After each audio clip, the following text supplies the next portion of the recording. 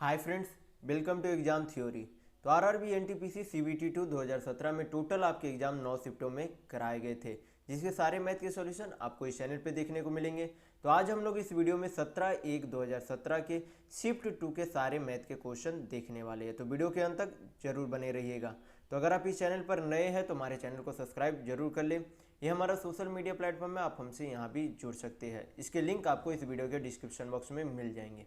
और इस वीडियो को अपने दोस्तों के साथ शेयर करना बिल्कुल भी नहीं भूलिएगा। ये जो है टोटल आपके इतनी शिफ्टों में एनटीपीसी सीबीटी 2 2017 के एग्जाम कराए गए थे, जिसके 17/1/2017 के शिफ्ट 1 के सारे मैथ के प्रश्नों का सॉल्यूशन इस चैनल पर करा दिया गया है। तो ये वीडियो आप हमारे चैनल पर जाके देख सकते हैं। तो 17/1/2017 के शिफ्ट 2 के सारे मैथ के सॉल्यूशन आपको इस वीडियो में देखने को मिलेंगे। तो चलिए बढ़ते आज के प्रश्नों की ओर। तो देखेंगे क्वेश्चन नंबर 1।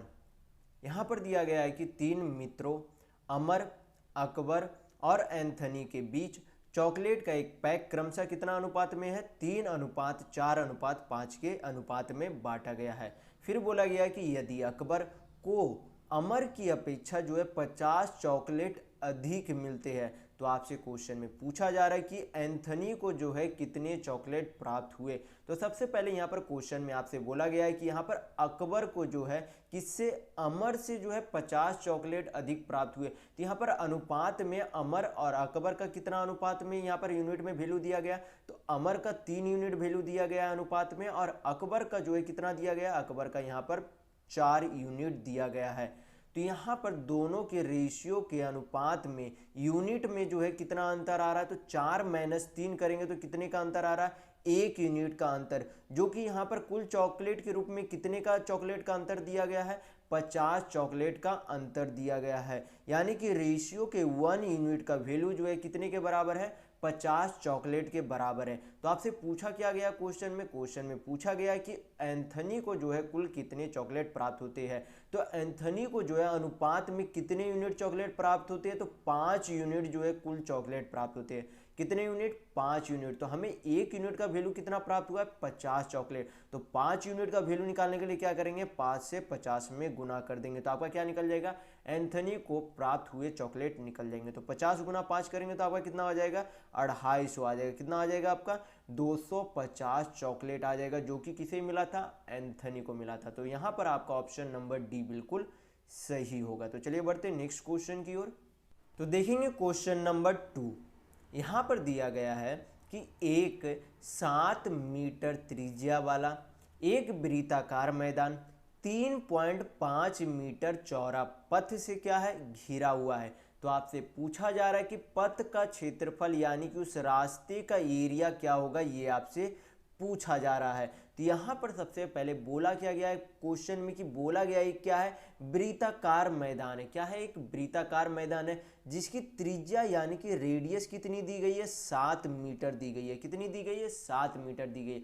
और उसके बाहर जो है क्या है, एक चौड़ा पथ यानी कि एक चौड़ा रास्ता है जिसकी चौड़ाई कितनी दी गई है, 3.5 मीटर दी गई है। यानी कि मान लीजिए एक बाहर इस तरीके से सर्कल है, उसके जो है ये आपका जो रास्ता बना है उसकी चौड़ाई कितनी है, 3.5 मीटर है। कितने मीटर है, 3.5 मीटर है। तो ये जो बाहर का यहाँ पर त्रिज्या हो जाएगा, ये जो बाहर सर्कल का त्रिज्या हो जाएगा, कितना कितना हो जाएगा यहाँ पर, ये जो अंतर त्रिज्या यानी कि अंदर के सर्कल का त्रिज्या प्लस जो ये रास्ता की चौड़ाई है वो क्या हो जाएगी, दोनों जुड़ जाएगी। तो क्या बन जाएगी, इस बाहर वाले, ये जो है बाहर वाला आपको वृत्त दिख रहा है उसका क्या निकल जाएगा, आपका रेडियस यानी कि त्रिज्या हमें प्राप्त हो जाएगी। तो यहाँ पर क्या निकल जाएगा, आपका त्रिज्या 7 प्लस 3.5 तो आपका कितना हो जाएगा, 10.5 हो जाएगा।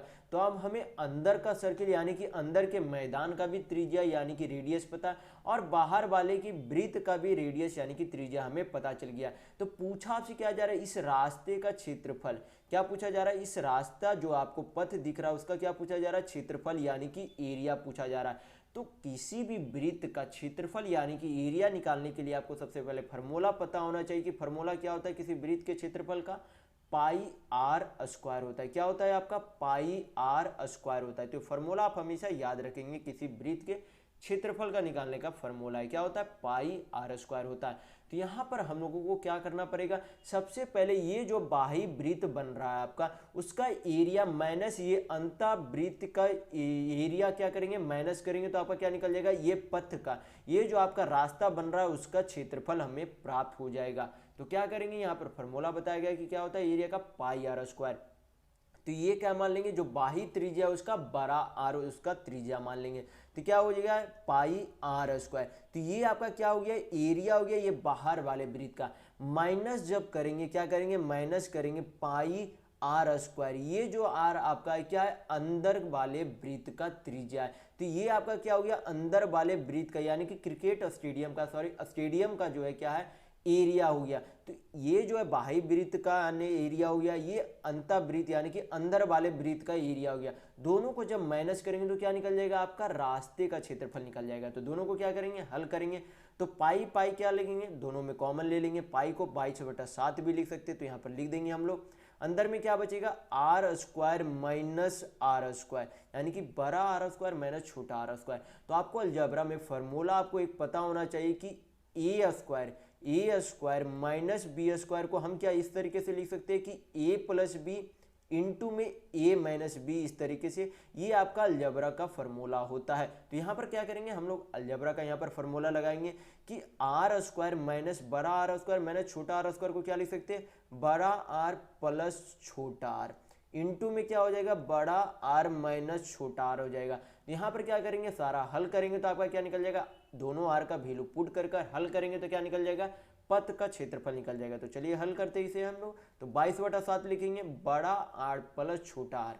तो बड़ा आर कितना था, 10.5, छोटा आर यानी कि छोटी त्रिज्या कितनी है, 7 मीटर है। तो दोनों को जोड़ेंगे तो कितना हो जाएगा, 10.5 प्लस 7 जोड़ेंगे तो कितना हो जाएगा, 17.5 हो जाएगा। इंटू का साइन है तो इंटू दे देंगे। फिर क्या पूछा, बड़ा आर माइनस छोटा आर, यानी कि 10.5 माइनस 7 करेंगे तो कितना हो जाएगा, 3.5 हो जाएंगे। तो इसे हल करेंगे तो आपका पथ का क्षेत्रफल निकल जाएगा। पॉइंट हटाएंगे तो नीचे 10, यहाँ पर से पॉइंट हटाएंगे तो नीचे 10 आ जाएगा। 7 से यहाँ पर कट रहा है तो 7 से काट देंगे तो 7 दूनी 14, 3 7 5 35 हो गया आपका, 5 दूनी 10, 5 5 25, 2 से काटेंगे यहाँ पर 11 बार में चला जाएगा। अब 5 से यहाँ पर कितना बार में, 5 दूनी 10 बार में चला जाएगा। तो क्या करेंगे, ऊपर में क्या बचा आपका, 35 बचा और 11 बचा। तो 35 इंटू 11 करेंगे तो आपका कितना हो जाएगा, 350 प्लस 35 यानी कि कितना हो जाएगा, 350। या नीचे में कितना बचा हुआ, 2 बचा हुआ। आपका आंसर किस में दिया गया, पॉइंट में दिया गया। तो यहाँ पर पॉइंट में आंसर निकालेंगे तो कितना हो जाएगा, 19 दूनी 38, 2 दूनी 4, 0.5 यानी कि 192.5 मीटर स्क्वायर क्या हो गया, इस रास्ते का क्षेत्रफल, यानी कि ये जो पथ था उसका एरिया कितना आया आपका, 192.5 मीटर स्क्वायर आया। तो यहाँ पर आपका ऑप्शन नंबर सी बिल्कुल सही होगा। तो चलिए बढ़ते हैं नेक्स्ट क्वेश्चन की ओर। तो देखेंगे क्वेश्चन नंबर 3। यहाँ पर दिया गया है कि यदि वितरण 10, 8, 15, 12 के 25 का माध्य कितना दिया गया, 12, यानी कि मीन कितना दिया गया, सारे संख्या का मीन कितना दिया गया, तो 12 दिया गया। आपसे पूछा क्या जा रहा है, के का मान पूछा जा रहा है। तो सबसे पहले माध्य निकाला किस तरीके से, यानी कि मीन निकाला किस तरीके से जाता है, जितनी भी आपकी संख्या दी गई है, जो भी आपकी संख्या दी गई है उसका क्या निकाला जाता है, औसत निकाला जाता है। यानी कि औसत कब निकाला जाएगा, औसत यानी कि एवरेज जो निकाला जाता है वही आपका क्या होता है, माध्य यानी कि मीन होता है। तो माध्य निकालने का तरीका होता है कि सभी संख्याओं का वो योग करेंगे और जितनी संख्या उसे क्या करेंगे, उतनी संख्या से डिवाइड कर देंगे। तो सभी संख्या को यहाँ पर जोड़ कर देख लेंगे तो कितना हो जाएगा, 10, 8, 18, 18 और 15 आपका कितना हो जाएगा, 33 हो जाएगा। 33 और 12 आपका कितना हो गया, 45, 45 और 25 आपका कितना हो जाएगा, 50 और 20 70, यानी कि 70 प्लस के ये जो आपका क्या आ गया, कुल संख्याओं का योग आ गया। कितना आ गया आपका, कुल संख्याओं का योग आ गया। हमें क्या चाहिए, माध्य यानी कि औसत चाहिए। तो क्या करेंगे, टोटल नंबर कितना है, 3, 3, 6 नंबर है। तो क्या करेंगे, 6 से डिवाइड कर देंगे। तो ये आपका इधर क्या निकल गया, माध्य निकल गया। और कुल संख्याओं का माध्य कितना दिया गया, 12 दिया गया, जो कि इक्वल टू यहाँ पर 12 लिख देंगे। इसे हल करेंगे क्रॉस मल्टीप्लिकेशन करके तो आपका क्या निकल जाएगा, के का वैल्यू निकल जाएगा। तो क्रॉस मल्टीप्लिकेशन हम लोग यहाँ पर करेंगे तो कितना हो जाएगा, 70 प्लस के इक्वल टू 12 छक कितना हो जाएगा, 72 हो जाएगा। यानी कि के बराबर आपका कितना आ जाएगा, 2 आ जाएगा। के बराबर आपका कितना आ जाएगा वैल्यू, 2 आ जाएगा, यानी कि आपका यहाँ पर ऑप्शन नंबर ए बिल्कुल सही होगा। तो चलिए बढ़ते नेक्स्ट क्वेश्चन की ओर। तो देखेंगे क्वेश्चन नंबर 4।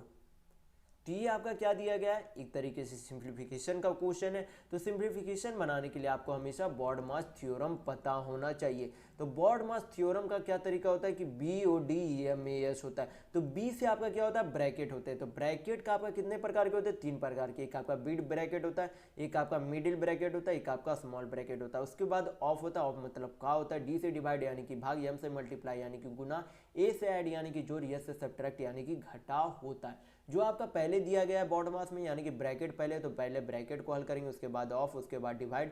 उसी तरीके से बॉडमास थ्योरम के हिसाब से जो पहले दिया गया है उसे पहले हल करेंगे, जो बाद में उसे बाद में हल करेंगे। तो चलिए इसे हल करते हैं। तो यहाँ पर क्या दिया गया, 1 भागा दिया गया। क्या दिया गया, 1 भागा। फिर आपका बिग ब्रैकेट है, फिर मिडिल ब्रैकेट है। क्या दिया गया, पी स्क्वायर बाई में दिया गया P+6 दिया गया। फिर प्लस का साइन है, क्या है यहाँ पर, प्लस का साइन है, तो प्लस का साइन लिख देंगे। फिर यहाँ पर क्या है, 6P है। क्या है, 6P बाई P+6 है। क्या है, P+6 है। तो यहाँ पर हमें क्या दिख रहा है, दोनों में बेस क्या है, सेम है, यानी कि दोनों का क्या लेंगे, एलसीएम लेंगे। नीचे का तो कितना हो जाएगा, P+6 हो जाएगा। ऊपर आपका क्या बचेगा, P² + 6P। तो क्या हम लोग दोनों में से P को कॉमन ले सकते हैं। P को जब कॉमन लेंगे तो यहाँ पर P² में से क्या बचेगा, P जब कॉमन ले लेंगे तो P बचेगा, और 6P में से क्या बचेगा, सिर्फ 6 बच जाएगा, क्योंकि P को हम लोगों ने कॉमन ले लिया यहाँ पर। तो P+6, नीचे भी P+6 है, तो दोनों क्या हो जाएंगे, आपस में कट जाएंगे। यहाँ पर क्या था आपका, 1 भागा P था। क्या था, 1 भागा P है, यानी कि 1 भागा P को 1 डिवाइड P को, तो यहाँ पर हम लोग क्या लिख सकते हैं, 1/P लिख सकते हैं, क्योंकि A को जो है डिवाइड कौन कर रहा है, P कर रहा है। यानी कि सिंप्लीफिकेशन का आंसर कितना होगा, 1/P होगा। तो यहाँ पर आपका ऑप्शन नंबर बी बिल्कुल सही होगा। तो अगर आपको वीडियो पसंद आ रहा है तो लाइक करते चलिएगा। तो चलिए बढ़ते हैं नेक्स्ट क्वेश्चन की ओर। तो देखेंगे क्वेश्चन नंबर 5। ये भी आपका क्या है, सिंप्लीफिकेशन का क्वेश्चन है। बॉडमास थ्योरम मैं आपको इस पहले वाले क्वेश्चन में बताया हूं कि क्या होता है। तो चलिए इसे हम लोग हल करेंगे। तो यहाँ पर क्या दिया गया, सबसे पहले दोनों स्मॉल ब्रैकेट का हल कर लेंगे। तो स्मॉल ब्रैकेट का गुना करने के बजाय हम लोग क्या करेंगे, इसी स्थिति में रहने देंगे, ताकि हमें गुना करने के ज़्यादा यहाँ पर जो है सॉल्व ना करना पड़े। तो यहाँ पर क्या करेंगे, 169 दिया गया इंटू 121 दिया गया, और आगे क्या है, भाग का साइन है। अब ये जो है पूरी संख्या क्या है, गुना में है, पूरी संख्या क्या है, गुणज में है। तो यहाँ पर क्या करेंगे, भाग का साइन है, तो ये जो है सारा संख्या क्या आ जाएगा, 169 यानी कि 169 इंटू 121 के नीचे चला जाएगा, यानी कि नीचे क्या आ जाएगा, 11 इंटू 13 आ जाएगा। आगे फिर क्या है, -3 है। कितना है, -3 है। हल करेंगे तो आपका क्या निकल जाएगा, सिंप्लीफिकेशन का आंसर निकल जाएगा। तो चलिए इसे हल करेंगे। तो 13 से 169 को काटेंगे तो कितना बार में चला जाएगा, 13 बार में चला जाएगा। और 11 को 121 से काटेंगे तो कितना बार में चला जाएगा, 11 बार में चला जाएगा। तो यहाँ पर ऊपर में क्या बचा आपका, 13 इंटू 11 बचा। तो 13 इंटू 11 करेंगे तो कितना हो जाएगा, 130 + 13 यानी कि 143 हो जाएगा। 143 - 3 है, तो 143 - 3 करेंगे तो आपका कितना आ जाएगा, 140 होगा। यानी कि सिंप्लीफिकेशन का आंसर कितना आएगा, 140 आएगा। तो यहाँ पर आपका ऑप्शन नंबर सी बिल्कुल सही होगा। तो चलिए बढ़ते हैं नेक्स्ट क्वेश्चन की ओर। तो देखेंगे क्वेश्चन नंबर 6। यहाँ पर दिया गया कि चावल की 2 किस्में ए और बी, जिनका क्रय मूल्य 210 रुपये और 280 रुपये प्रति किलोग्राम है, उसे जो है फिर 3:4 के अनुपात में क्या किया जाता है, मिश्रित किया जाता है। यानी कि आपको से क्वेश्चन में बोला जा रहा है कि 210 रुपये केजी जो चावल है उसे 3 यूनिट के हिसाब से जो है क्या किया जाता है, किलो के मतलब खरीदा जाता है, और 280 रुपये किलो वाले चावल जो है 4 यूनिट खरीदा जाता है। फिर उसे बोला गया कि मिश्रित किस्म को जो है 260 रुपये प्रति किलो की दर से क्या कर दिया जाता है, बेच दिया जाता है। तो पूछा जा रहा है कि कुल जो है खरीदने और बेचने में उसका लाभ प्रतिशत यानी कि प्रॉफिट परसेंटेज क्या होगा, ये आपसे पूछा जा रहा है। तो यहाँ पर बोला गया है कि मान लेंगे यहाँ पर रेशियो में कितना दिया गया, 3 यूनिट दिया गया। तो यहाँ पर 3 यूनिट का वैल्यू मान लेंगे कि 3 केजी दिया गया। क्या मान लेंगे कि 210 रुपये वाले 3 केजी यहाँ पर जो है खरीदा गया था, और 280 रुपये वाले जो है 4 केजी खरीदा गया था। यानी कि 210 रुपये किलो वाले चावल जो है कितना किलो खरीदा गया, 3 किलो खरीदा गया। तो कुल कितना रुपया लगा होगा 3 किलो खरीदने में, 210 रुपया प्रति किलो चावल का हिसाब से। तो 210 यानी कि 21 दिया कितना होता है, 63 होता है, यानी कि कुल मिलाकर 630 रुपया लगा होगा 210 रुपये वाला चावल खरीदने में। फिर बोला गया कि 280 रुपये चावल जो है कितने किलो खरीदा था, 280 रुपये किलो चावल वाले कितने किलो खरीदे गए थे, तो 4 किलो खरीदे गए थे। तो कुल कितने रुपया लगा होगा उसे खरीदने में, तो 28 दूनी 56 दूनी 112, यानी कि 1120 रुपये जो है लगा था 280 रुपये प्रति किलो वाले चावल का कुल दाम 4 किलो खरीदने में। तो यहाँ पर हमें क्या पता चल जाएगा, जब दोनों को आपस में जोड़ देंगे तो कुल मिलाकर उसने जो है चावल को खरीदने में कितना खर्च किया था रुपया, वो हमें प्राप्त हो जाएगा। यानी कि कुल जो है सीपी यानी कि कुल चावल का क्रय मूल्य हमें प्राप्त हो जाएगा। तो यहाँ पर क्या करेंगे, जोड़ेंगे दोनों को, तो 0 3 2 5, 11 6 कितना होता है आपका, 11 6 17 होता है, यानी कि 1750 रुपया लगा कुल चावल को खरीदने में। लेकिन उसे जो है 260 रुपये प्रति किलो के हिसाब से बेच दिया। कितने रुपए किलो के हिसाब से, 260 रुपये प्रति किलो के हिसाब से बेच दिया। तो कुल कितने चावल बेचा होगा, 3 किलो चावल इधर था प्लस 4 किलो चावल, यानी कि कुल मिलाकर उसने जो है 4 3 7 किलो चावल खरीदा था। तो 7 किलो उसने बेचा भी होगा, जो कि 260 रुपये प्रति किलो बेचा था। तो टोटल कितना हो जाएगा, तो 0 7 6 42, 4 7 दूनी 14 4 16, यानी कि कितना जो है उसने खरीदा था 16, सॉरी हम लोगों ने यहाँ पर गलती किया, तो 7 6 42, 4 7 दूनी 14 4 18 होगा, कितना होगा 1820 रुपया। यानी कि उसका जो है कुल मिलाकर एचपी यानी कि उस चावल का विक्रय मूल्य जो है कितने में कुल बेच दिया, 1820 रुपया में बेच दिया, और 1750 रुपया में उसने उस कुल चावल को खरीदा था। तो नंबर में यानी कि रुपये में जो है कितना प्रॉफिट हो रहा है, 1750 रुपया में खरीदा था, 1820 रुपया में उसने बेच दिया। तो उसे जो है कुल प्रॉफिट अब तक जो है कितना हो गया यहाँ पर, तो अब तक जो है यहाँ पर कितने हो गए, माइनस करेंगे तो आपका कितना आ जाएगा, 1820 माइनस 1750, तो कितना हो जाएगा आपका 70 रुपये का उसे जो है क्या हुआ, प्रॉफिट यानी कि लाभ हुआ। और हमेशा आपको ध्यान रखना है कि प्रॉफिट परसेंट यानी कि लाभ प्रतिशत या फिर हानि प्रतिशत जब भी निकाला जाता है तो किस पर निकाला जाता है, सीपी यानी कि क्रय मूल्य पर निकाला जाता है। तो नीचे क्या लिख देंगे, कुल सीपी यानी कि कुल क्रय मूल्य लिख देंगे। तो नीचे क्या हो जाएगा 1750, परसेंट हमें निकालना है यानी कि परसेंट में चेंज करना है, तो क्या करेंगे 100 से मल्टीप्लाई कर देंगे। हल करेंगे तो आपको क्या प्राप्त हो जाएगा, आपको यहाँ पर कि कुल मिलाकर कितने लाभ होते हैं आपको यहाँ पर प्राप्त हो जाएगा। तो ये हल करेंगे इसे, तो 0 0 चला गया, 7 से काटेंगे तो 7 दूनी 14, 3 बचा तो 7 5 35, 25 से काटेंगे 100 को तो कितना बार में चला जाएगा, 4 बार में। यानी कि कुल मिलाकर उसे 4% का क्या होता है, लाभ होता है। कितने प्रतिशत का लाभ होता है, 4% का लाभ होता है। तो यहाँ पर आपका ऑप्शन नंबर सी बिल्कुल सही होगा। तो चलिए बढ़ते हैं नेक्स्ट क्वेश्चन की ओर। तो देखेंगे क्वेश्चन नंबर 7।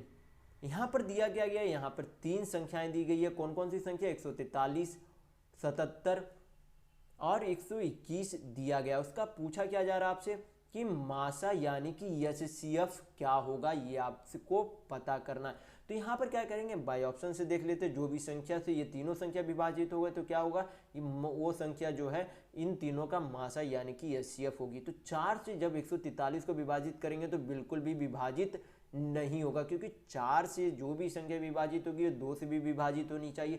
और 2 से विभाजित करने का रूल यानी कि नियम क्या है कि इकाई अंक उसका जो है 2 से विभाज होना चाहिए। तो इकाई अंक 3 जो है कभी भी 2 से विभाज होगा नहीं होगा, यानी कि 4 आपका नहीं हो सकता।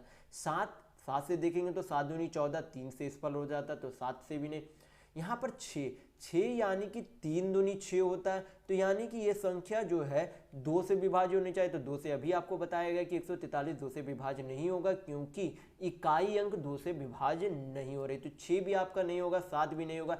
तो एक ही संख्या आपका ऑप्शन में बचता है जो कि 11 है। तो 11 से संख्या 11 ऐसी संख्या जो इन तीनों संख्याओं से क्या कर रही है, विभाजित कर रही है। तो इन संख्याओं का मासा क्या होगा, 11 होगा। कितना होगा, 11 होगा। अगर आप इसे बीसी तरीका से बनाना चाहे तो आप इस तरीके से बना सकते हैं, जैसे कि 143 का फैक्टराइजेशन करेंगे तो इसे किस तरीके से तोड़ सकते हैं, तो 11 × 13 लिख सकते हैं, क्योंकि 143 का वैल्यू क्या होता है, 11 × 13 होता है। 77 को तोड़ेंगे तो कितना हो जाएगा, 11 × 7 होगा। फिर उसी तरीके से 121 को तोड़ेंगे तो आपका कितना हो जाएगा, 11 पे पावर 2 हो जाएगा। तो यहाँ पर तीनों में देखना है कि सबसे लोवेस्ट कॉमन क्या है, यानी कि सबसे जो है कॉमन जो है सबसे अधिक तीनों में क्या मिल रहा है। तो सबसे अधिक कॉमन क्या मिल रहा है, 111 पहले वाले में भी है, 111 77 वाले में भी है, और 111 कम से कम 121 वाले में भी है। कम से कम 11 एक तो जरूर 121 वाले में, यानी कि तीनों का में कम से कम एक संख्या 11 जो है निश्चित ही है, यानी कि तीनों संख्याओं का एचसीएफ कितना होगा, 11 होगा। या फिर आप बाय ऑप्शन बना सकते हैं, या फिर बेसिक तरीके से आप इस तरीके से इस प्रश्न को हल कर सकते हैं। तो चलिए बढ़ते हैं नेक्स्ट क्वेश्चन की ओर। तो देखेंगे क्वेश्चन नंबर 8, ये आपका सिंप्लीफिकेशन का क्वेश्चन है, बॉडमास थ्योरम। मैं इस वीडियो में आपको बता चुका हूं कि क्या होता है। तो चलिए इसे हल करते हैं। तो सबसे पहले यहाँ पर क्या दिया गया है, 1+2/3 दिया गया। क्या दिया गया, 1+2/3 दिया गया, यानी कि इस तरीके से दिया गया है कि 1+2/3 है। फिर आगे क्या है, भाग का साइन है। फिर दिया गया है बिग ब्रैकेट है, स्मॉल ब्रैकेट, 1+1/3 है।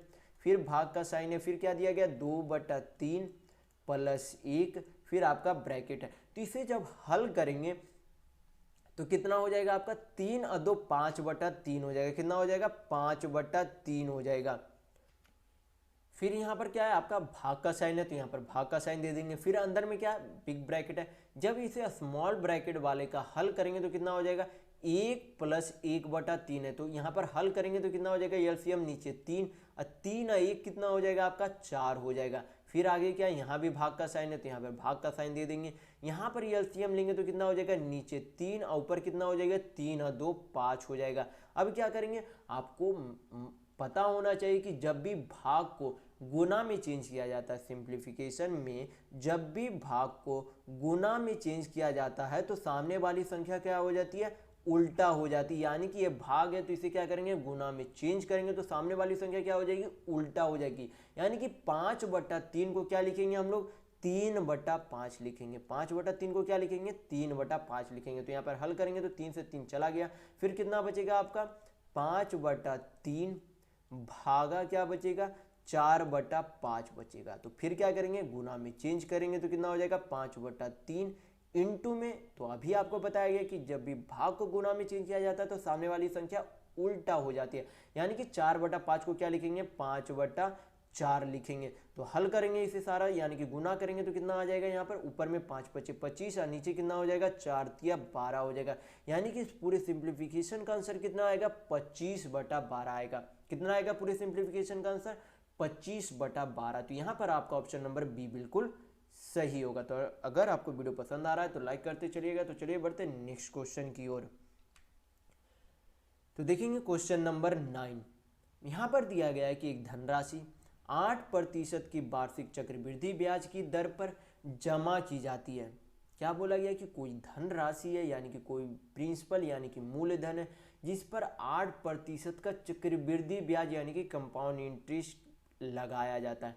तो बोला गया कि यदि पहले वर्ष का ब्याज जो है 72 रुपये है, यानी कि पहले वर्ष का चक्रवृद्धि ब्याज यानी कि कंपाउंड इंटरेस्ट कितने रुपये है, 72 रुपये है। तो आपसे पूछा जा रहा है कि दूसरे वर्ष के लिए ब्याज की राशि ज्ञात कीजिए।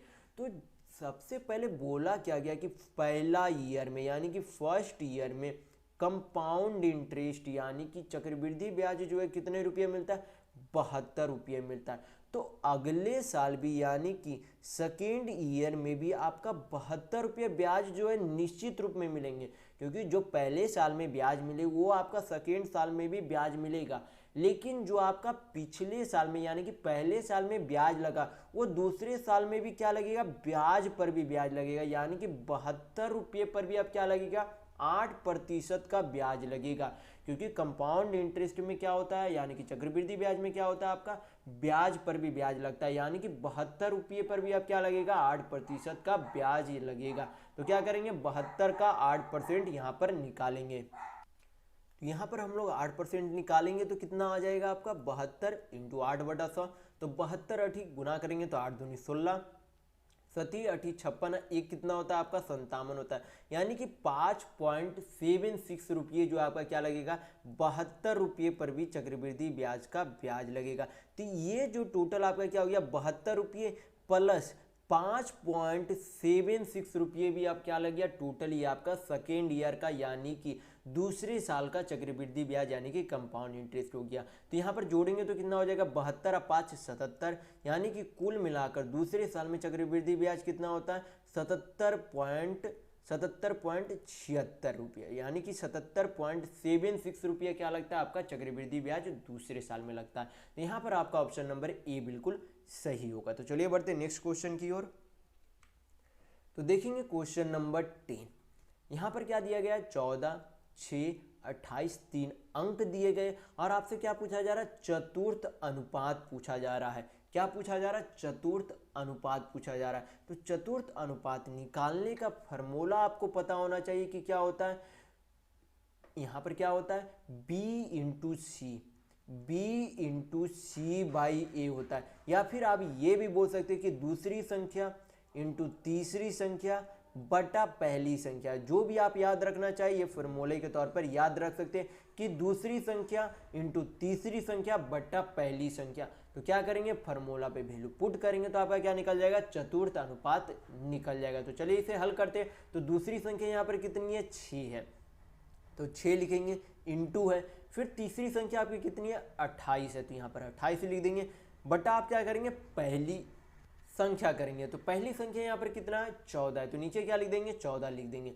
14 से जब 28 को काटेंगे तो कितना बार में चला जाएगा 2 बार में चला जाएगा। तो 6 दुनिया आपका कितना हो गया 12 हो गया, यानी कि तीनों संख्याओं का चतुर्थ अनुपात आपका कितना आ गया 12 आ गया, यानी कि आपका यहाँ पर ऑप्शन नंबर डी बिल्कुल सही होगा। तो चतुर्थ अनुपात निकालने का तरीका क्या होता है, आप या तो ये याद रखें कि दूसरी संख्या इंटू तीसरी संख्या बटा पहली संख्या होता है, या फिर b इंटू सी बाई ए होता है। तो ये आप हमेशा याद रखेंगे चतुर्थ अनुपात निकालने का तरीका। तो चलिए बढ़ते हैं नेक्स्ट क्वेश्चन की ओर। तो देखेंगे क्वेश्चन नंबर 11। इसमें आपसे पूछा जा रहा है कि निम्नलिखित में से किसका दशमलव विस्तार जो है क्या हो जा रहा है समाप्त हो रहा है, यानी कि किसको जो है जब 6 से 1 को भाग देंगे तो किसी एक निश्चित संख्या तक जो है क्या हो जाए समाप्त हो जाए, यानी कि पॉइंट के बाद कहीं भी अंक तक जो है क्या हो जाए समाप्त हो जाए। तो हमें क्या होगा चारों ऑप्शन को चेक करना पड़ेगा कि कौन सी संख्या जो है पूरी तरीके से नीचे वाले अंक से विभाजित हो रही है। तो क्या करेंगे 6 को 1 से यानी कि 1 को 6 से भाग देके देखेंगे तो कितना हो जाएगा, जब भाग देंगे आप इस तरीके से 0 पॉइंट हो जाएगा, तो यहाँ पर सुन्ना हो जाएगा, तो कितना हो जाएगा 6 1 तो 4 बचा, 4 बचेगा तो 6 चक 36, फिर 4 बचेगा, फिर 6 चक 36, यानी कि 0.16 पे पावर कितना हो जाएगा रेकरिंग हो जाएगा। अगर आप इस तरीके से जैसे कि पॉइंट में आप भाग देते हैं, यहाँ पर पॉइंट लगाएंगे तो यहाँ पे 0 हो जाएगा, 6 1 तो यहाँ पर कितना बचेगा 4 बचेगा, फिर यहाँ पर 0 1 आपका हो जाएगा तो 6 चक 36, 6 चक 36 आपका हमेशा जो अब 4 क्या होगा बचते चला जाएगा। जैसे कि फिर 36 करेंगे फिर आपका 4 बचेगा, फिर 36 करेंगे तो आपका क्या बचेगा 4 बचेगा, यानी कि इसका कोई भी अंत नहीं हो रहा है, क्योंकि आपसे पूछा जा रहा है कि विस्तार समाप्त होना चाहिए। तो यहाँ पर इसका विस्तार समाप्त होगा ही नहीं, यहाँ पर जो है 6 क्या होगा अनंत तक 6 चलते चले जाएंगे, यानी कि आपका ऑप्शन नंबर ए यहाँ पर बिल्कुल सही नहीं होगा। अब क्या करते हैं 10/3 को देखते हैं कि 10 जो है 3 से कहीं पर समाप्त होता है या नहीं। तो जब इसे 10 को 3 से विभाजित करेंगे तो कितना हो जाएगा 3.3 पे पावर रेकरिंग आएगा, क्योंकि 3 जो है अनंत तक 3 से विभाजित होता चला जाएगा, इसका कोई कहीं भी समाप्त नहीं होगा। अब क्या करेंगे 17 को 25 से भाग देके देखेंगे तो 0 पॉइंट कितना होता है आपका 25 छक 150, तो कितना बचेगा 20 बचेगा, यानी कि 25 अठी 200 होता है, यानी कि 17 को जब 25 से भाग देते हैं तो दशमलव के बाद इसका विस्तार जो है क्या हो रहा है समाप्त हो रहा है, यानी कि आपका यहाँ पर ऑप्शन नंबर सी बिल्कुल सही होगा। यहाँ पर हम लोग ऑप्शन नंबर डी भी चेक कर लेते हैं। ऑप्शन नंबर अगर डी चेक करेंगे तो यहाँ पर कितना होगा 0.010 और 0 यहाँ पर 1 पुट करना पड़ेगा, फिर यहाँ पर 11 9 99, फिर उसी तरीके से 1 0 फिर पुट करना पड़ेगा 9, इस तरीके से आपका यहाँ पर भी अंत नहीं हो रहा है, यानी कि आपका ऑप्शन नंबर डी बिल्कुल नहीं हो सकता। तो यहाँ पर आपका ऑप्शन नंबर सी बिल्कुल सही होगा, क्योंकि दशमलव के बाद इसका एक स्थिति तक जो है क्या हो जा रहा है इसका समाप्त हो जा रहा है, यानी कि इसका विस्तार समाप्त हो रहा है। तो यहाँ पर ऑप्शन नंबर आपका सी बिल्कुल सही होगा। तो चलिए बढ़ते नेक्स्ट क्वेश्चन की ओर। तो देखेंगे क्वेश्चन नंबर 12। यहाँ पर क्या दिया गया P अनुपात Q अनुपात R का कितना अनुपात दिया गया 1/3 अनुपात 2/3 अनुपात 1/4 दिया गया। और Q का वैल्यू कितना दिया गया, 56 दिया गया। आपसे पूछा क्या जा रहा है कि P और P माइनस R का वैल्यू क्या होगा, किसमें, अंक में, रेशियो में नहीं पूछा जा रहा, क्या पूछा जा रहा है, अंक में, कि P और R में कितना अंतर होगा। तो हमें सबसे पहले ये जो आपका बटा में दिया गया यानी कि फ्रैक्शन में, रेशियो में वैल्यू दिया गया, उसे क्या करेंगे कि निश्चित पूर्णांक में इसे चेंज करेंगे। क्या करेंगे, इंटीजर में इसे चेंज करेंगे।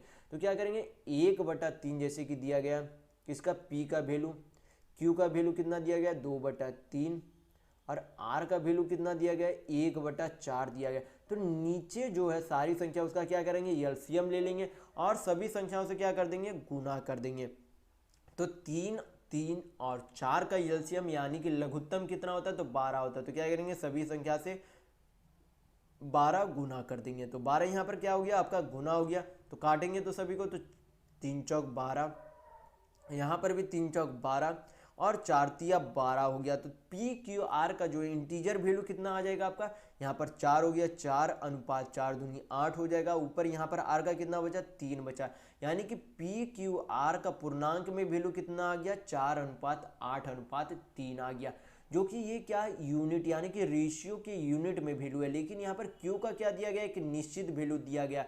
तो हम यहाँ पर से क्या निकाल सकते हैं, 1 यूनिट का वैल्यू निकाल सकते हैं। तो क्यू में जो है यूनिट का वैल्यू कितना दिया गया, 8 यूनिट। यानी कि 8 यूनिट बराबर जो है कितना वैल्यू दिया गया, 56 दिया गया। 8 यूनिट का वैल्यू कितना दिया गया, 56 दिया गया। तो यहाँ पर से हम लोग क्या निकाल सकते हैं, 1 यूनिट का वैल्यू निकाल सकते हैं। 8 से काटेंगे तो 56 को कितना बार में चला जाएगा, 7 बार में। यानी कि 1 यूनिट का वैल्यू कितना आ गया, 7 आ गया। हमें चाहिए क्या, P माइनस आर का वैल्यू चाहिए। तो जो उसके अनुपात में यानी कि उसके यूनिट में जितना अंतर होगा, जितना P माइनस आर के यूनिट में अंतर होगा, उतना ही उसके अंक में अंतर होगा। तो यहाँ पर जो है दोनों के यूनिट में अंतर कितना है, यहाँ पर P जो है 4 यूनिट है और R जो है 3 यूनिट है। तो दोनों में अंतर कितना है, 1 यूनिट का अंतर है। तो 1 यूनिट का वैल्यू कितना आया, 7 आया। 1 यूनिट का वैल्यू कितना आया, 7 आया। यानी कि इस प्रश्न का यानी कि P माइनस आर का अंतर कितना होगा, 7 होगा। तो यहाँ पर आपका ऑप्शन नंबर डी बिल्कुल सही होगा। तो चलिए बढ़ते हैं नेक्स्ट क्वेश्चन की ओर। तो देखेंगे क्वेश्चन नंबर 13। ये आपका क्या दिया गया, tan थीटा बराबर क्या दिया गया, 1/√5 दिया गया। तो आपको पता होना चाहिए कि tan थीटा बराबर जो वैल्यू दिया गया होता है, ऊपर में क्या होता है, ऊपर में आपका परपेंडिकुलर यानी कि लंब होता है, और नीचे जो आपका होता है क्या होता है, बेस यानी कि आधार होता है। क्या होता है, ऊपर में परपेंडिकुलर होता है, नीचे में बेस होता है। तो यहाँ पर हमें कॉसेक स्क्वायर थीटा का वैल्यू, तो कॉसेक थीटा का वैल्यू निकालने के लिए क्या करेंगे हम लोग, यहाँ पर क्या वैल्यू पुट किया जाता है, h/b यानी कि हाइपोटेनस यानी कि कर्ण बटा, कर्ण बटा क्या होता है, परपेंडिकुलर यानी कि कर्ण बटा लंब होता है। क्या होता है, कर्ण बटा लंब यानी कि हाइपोटेनस बाई परपेंडिकुलर होता है। तो हमें दिया क्या गया, यहाँ पर परपेंडिकुलर दिया गया और बेस दिया गया। हमें हाइपोटेनस निकालना होगा। जैसे कि एक यहाँ पर राइट एंगल ट्रायंगल है, ये आपका क्या है, परपेंडिकुलर। तो परपेंडिकुलर यानी कि लंब का वैल्यू कितना है, 1 है। बेस यानी कि आधार का वैल्यू कितना है, √5 है। ये आपका क्या, हाइपोटेनस यानी कि h है। तो हाइपोटेनस का हमें क्या निकालना होगा, वैल्यू निकालना होगा। तो हाइपोटेनस का वैल्यू निकालने के लिए क्या करेंगे, यहाँ पर लंब का स्क्वायर यानी कि 1 का स्क्वायर, तो 1, और √5 का स्क्वायर तो कितना हो जाएगा, 5 हो जाएगा। यानी कि 5 + 1 कितना हो जाएगा, 6 हो जाएगा। यानी कि आपका हाइपोटेनस यानी कि कर्ण कितना आ गया, तो √6 आ गया। तो अब हम लोग क्या करेंगे, h/p यानी कि कर्ण बटा लंब यहाँ पर लिखेंगे। और यहाँ पर क्या दिया गया, स्क्वायर दिया गया। तो क्या करेंगे, यहाँ पर होल स्क्वायर, आपको वैल्यू पुट करके होल स्क्वायर करना पड़ेगा। तो यहाँ पर हाइपोटेनस यानी कि कर्ण कितना आया था, √6 आया था। तो क्या लिखेंगे, ऊपर √6, नीचे आपका क्या था, परपेंडिकुलर यानी कि लंब कितना था, 1 था। अब पूरा का क्या हो जाएगा, होल स्क्वायर हो जाएगा। तो आपका कितना आ जाएगा, √6 का स्क्वायर करेंगे तो कितना हो जाएगा, 6 हो जाएगा। और नीचे 1 का स्क्वायर यानी कि 1 होगा। यानी कि कॉसेक स्क्वायर थीटा का वैल्यू कितना आएगा, 6 आएगा। कितना आएगा, कॉसेक स्क्वायर थीटा का वैल्यू 6 आएगा। तो यहाँ पर आपका ऑप्शन नंबर बी बिल्कुल सही होगा। तो चलिए बढ़ते हैं नेक्स्ट क्वेश्चन की ओर। तो देखेंगे क्वेश्चन नंबर 14। यहाँ पर दिया गया है कि 24 के 3/5 का 40% क्या होगा, ये आपसे पूछा जा रहा है। तो 40% को जब हम लोग फ्रैक्शन में चेंज करेंगे तो कितना आ जाएगा आपका, 2/5 आ जाएगा। आपको हमेशा परसेंट को फ्रैक्शन में चेंज करना होगा, क्योंकि इससे जो है प्रश्न जो है आसानी से हल हो जाते हैं। तो परसेंट को फ्रैक्शन में चेंज किस तरीके से किया जाता है, जैसे कि आपका यहाँ पर दिया गया है 40%, तो परसेंट जब हटाएंगे तो नीचे क्या आ जाता है आपका 100 आ जाता है। 20 से काटेंगे तो 20 दूनी 40, 20 25 100, यानी कि 40% को हम लोग क्या लिख सकते हैं 2/5 लिख सकते हैं। तो क्या लिख सकते हैं 40% को 2/5 लिख सकते हैं। तो क्या करेंगे, इसे सारा हल करेंगे तो कितना दिया गया 24। का मतलब यानी कि की का मतलब क्या होता है गुना होता है, तो क्या लिखेंगे गुना इंटू यानी कि इंटू 3/5 हो जाएगा। का मतलब गुना होता है तो यहाँ भी गुना कर देंगे। 40% का क्या था वैल्यू फ्रैक्शन में, तो 2/5 था तो इंटू 2/5 कर देंगे। अब क्या करेंगे सारा हल करेंगे, तो यहाँ पर हल करने पर क्या आएगा आपका, तो 24 या 72 दुनिया आपका कितना हो जाता है 144 बटा को क्या हो जाएगा आपका नीचे 25 हो जाएगा। यानी कि जब 144 को 25 से भाग देंगे तो आपका कितना आ जाएगा 25 25 125, आपका कितना शेष बच गया 14 5 19, तो 25 से 175 हो गया आपका, कितना हो गया 175 हो गया। आपका कितना बचता है 15 बचता है, तो 25 छक 150 हो जाएगा। यानी कि इस पूरे प्रश्न का हल करने पर कितना आता है 5.76 आंसर आता है। तो यहाँ पर आपका ऑप्शन नंबर ए बिल्कुल सही होगा। तो चलिए बढ़ते हैं नेक्स्ट क्वेश्चन की ओर। तो देखेंगे क्वेश्चन नंबर 15। यहाँ पर दिया गया है कि कार पहला जो है एक निश्चित दूरी को एक निश्चित समय में तय करती है। फिर बोला गया कि कार दूसरा जो है इसी दूरी की आधी दूरी को तय करने में 2 गुना समय लेता है। सबसे पहले आपको क्वेश्चन में ध्यान से देखना है कि बोला क्या गया। बोला गया कि कोई पहला कार है एक निश्चित दूरी को निश्चित समय लेता है तय करने में, लेकिन दूसरी कार जो है उसी दूरी को जो है क्या कर रहा है ट्रैवल कर रहा है, तो उसी दूरी की आधी दूरी को तय करने में जितना समय जो है पहला ले रहा था, यानी कि पहला मान लीजिए पहला जो है कोई समय ले रहा था, यानी कि कोई टाइम ले रहा था, एक निश्चित टाइम ले रहा था, उसी दूरी को यानी कि सबसे पहले यहाँ पे देखेंगे मान लेते कि पहला जो है 4 घंटा ले रहा था, कितना ले रहा था सॉरी 1 घंटा ले रहा था, कितना मान ले 1 घंटा ले रहा था। मान लेते हैं कि पहला कार जो है क्या 1 घंटा टाइम ले रहा था किसी भी एक निश्चित दूरी को तय करने में। फिर बोला गया कि दूसरा जो आपका कार है उसकी आधी दूरी को कितना समय ले रहा है 2 गुना समय ले रहा है, यानी कि आधी दूरी को तय करने में वो कितना समय ले रहा है 2 घंटा ले रहा है, क्योंकि पहला कितना ले रहा है 1 घंटा ले रहा है, तो दूसरा जो है आधी दूरी को ही कितना समय ले रहा है ट्रेवल करने में 2 घंटा ले रहा है, तो पूरी दूरी को तय करने में उसे कितना समय लगेगा तो 4 घंटा लगेगा, क्योंकि आधी दूरी तय करने में 2 घंटा लगता है तो पूरी दूरी तय करने में कितना लगेगा 4 घंटा लगेगा। यानी कि पहला कार उस दूरी को 1 घंटा में ट्रेवल करता है तो दूसरी कार जो है कितने घंटे में ट्रेवल करती है 4 घंटा में।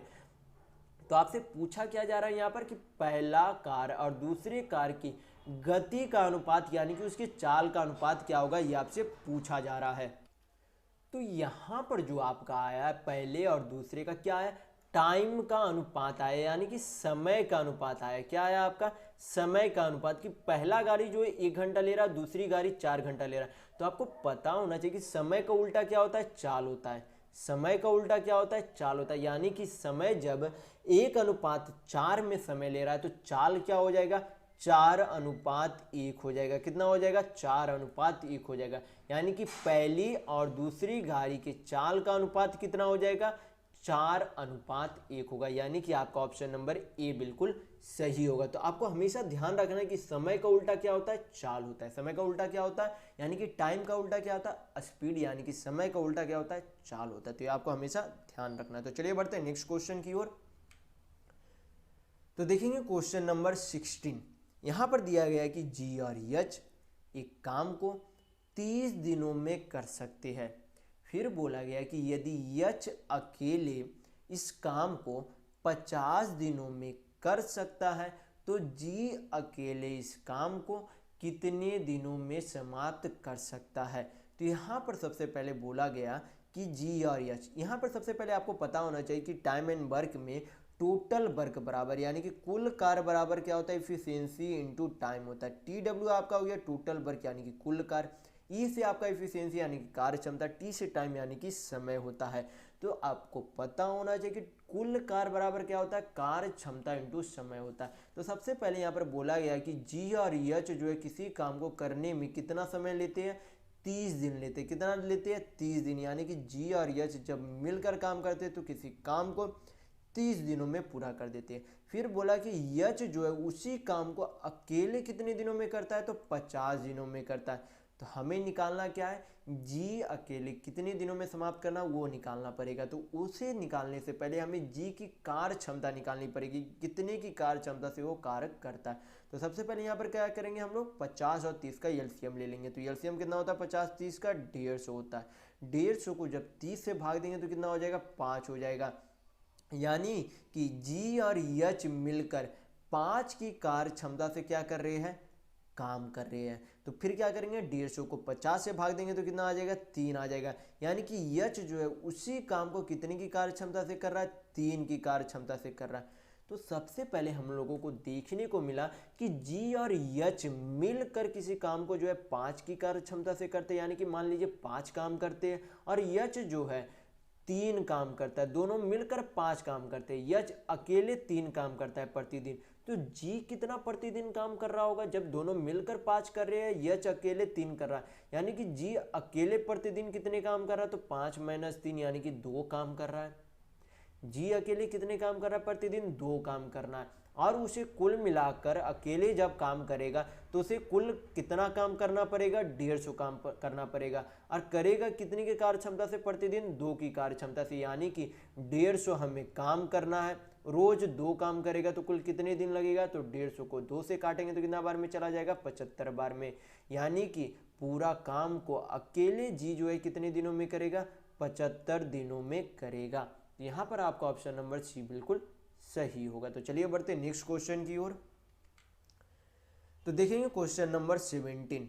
यहाँ पर क्या दिया गया है, यहाँ पर आपका समान अनुपात का यहाँ पर जो है यहाँ पर तरीके से बैठाया गया है। जैसे कि x अनुपात 3/7 समान अनुपात 7/9 अनुपात 5/9 है। तो इसे जो है बनाने का तरीका क्या होता है, सबसे पहले x दिया गया, ये जो है रेशियो दिया गया, रेशियो वाली संख्या क्या हो जाती है, उल्टा हो जाती है। यानी कि इनटू में क्या लिख देंगे, 7/3 लिख देंगे। ये जो आपका यहाँ पर समान अनुपात दिया रहा था, इसका मतलब यहाँ पर क्या हो जाता है, हल करने पर यहाँ पर बराबर का साइन हो जाता है। फिर उसी तरीके से 7/9 है, गुना में चेंज करेंगे तो इसे क्या हो जाएगा, 9/5 लिखेंगे। सारा हल करेंगे तो आपको क्या निकल जाएगा, x का वैल्यू निकल जाएगा।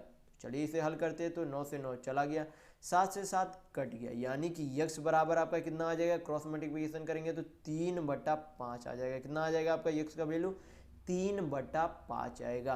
तो यहाँ पर आपका ऑप्शन नंबर ए बिल्कुल सही होगा। तो चलिए बढ़ते हैं नेक्स्ट क्वेश्चन की ओर।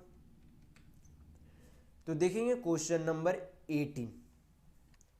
तो यहाँ पर क्वेश्चन में आपसे बोला गया है कि इन संख्याओं को अवरोही क्रम में, यानी कि घटते क्रम में, डिसेंडिंग ऑर्डर में क्या करना है, व्यवस्थित करना है। ये जो आपकी 3 संख्याएं दी गई है उसे क्या करना है, अवरोही क्रम में, यानी कि डिसेंडिंग ऑर्डर, यानी कि घटते क्रम में क्या करना है, व्यवस्थित करना है। तो सबसे पहले हमें एक जो है निश्चित वैल्यू हमें निकालना पड़ेगा कि कौन सी संख्या जो है कितने का है।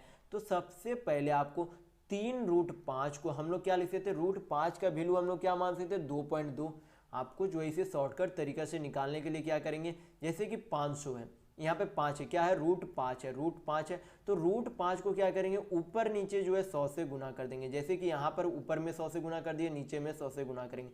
ये जो आप करेंगे अपने मन में करेंगे हमेशा, इससे जो आपका क्या होता है, मैथ जल्दी तरीके से बनता है। तो यहाँ पर क्या करेंगे, ऊपर में 500 हो गया, नीचे 100 हो गया।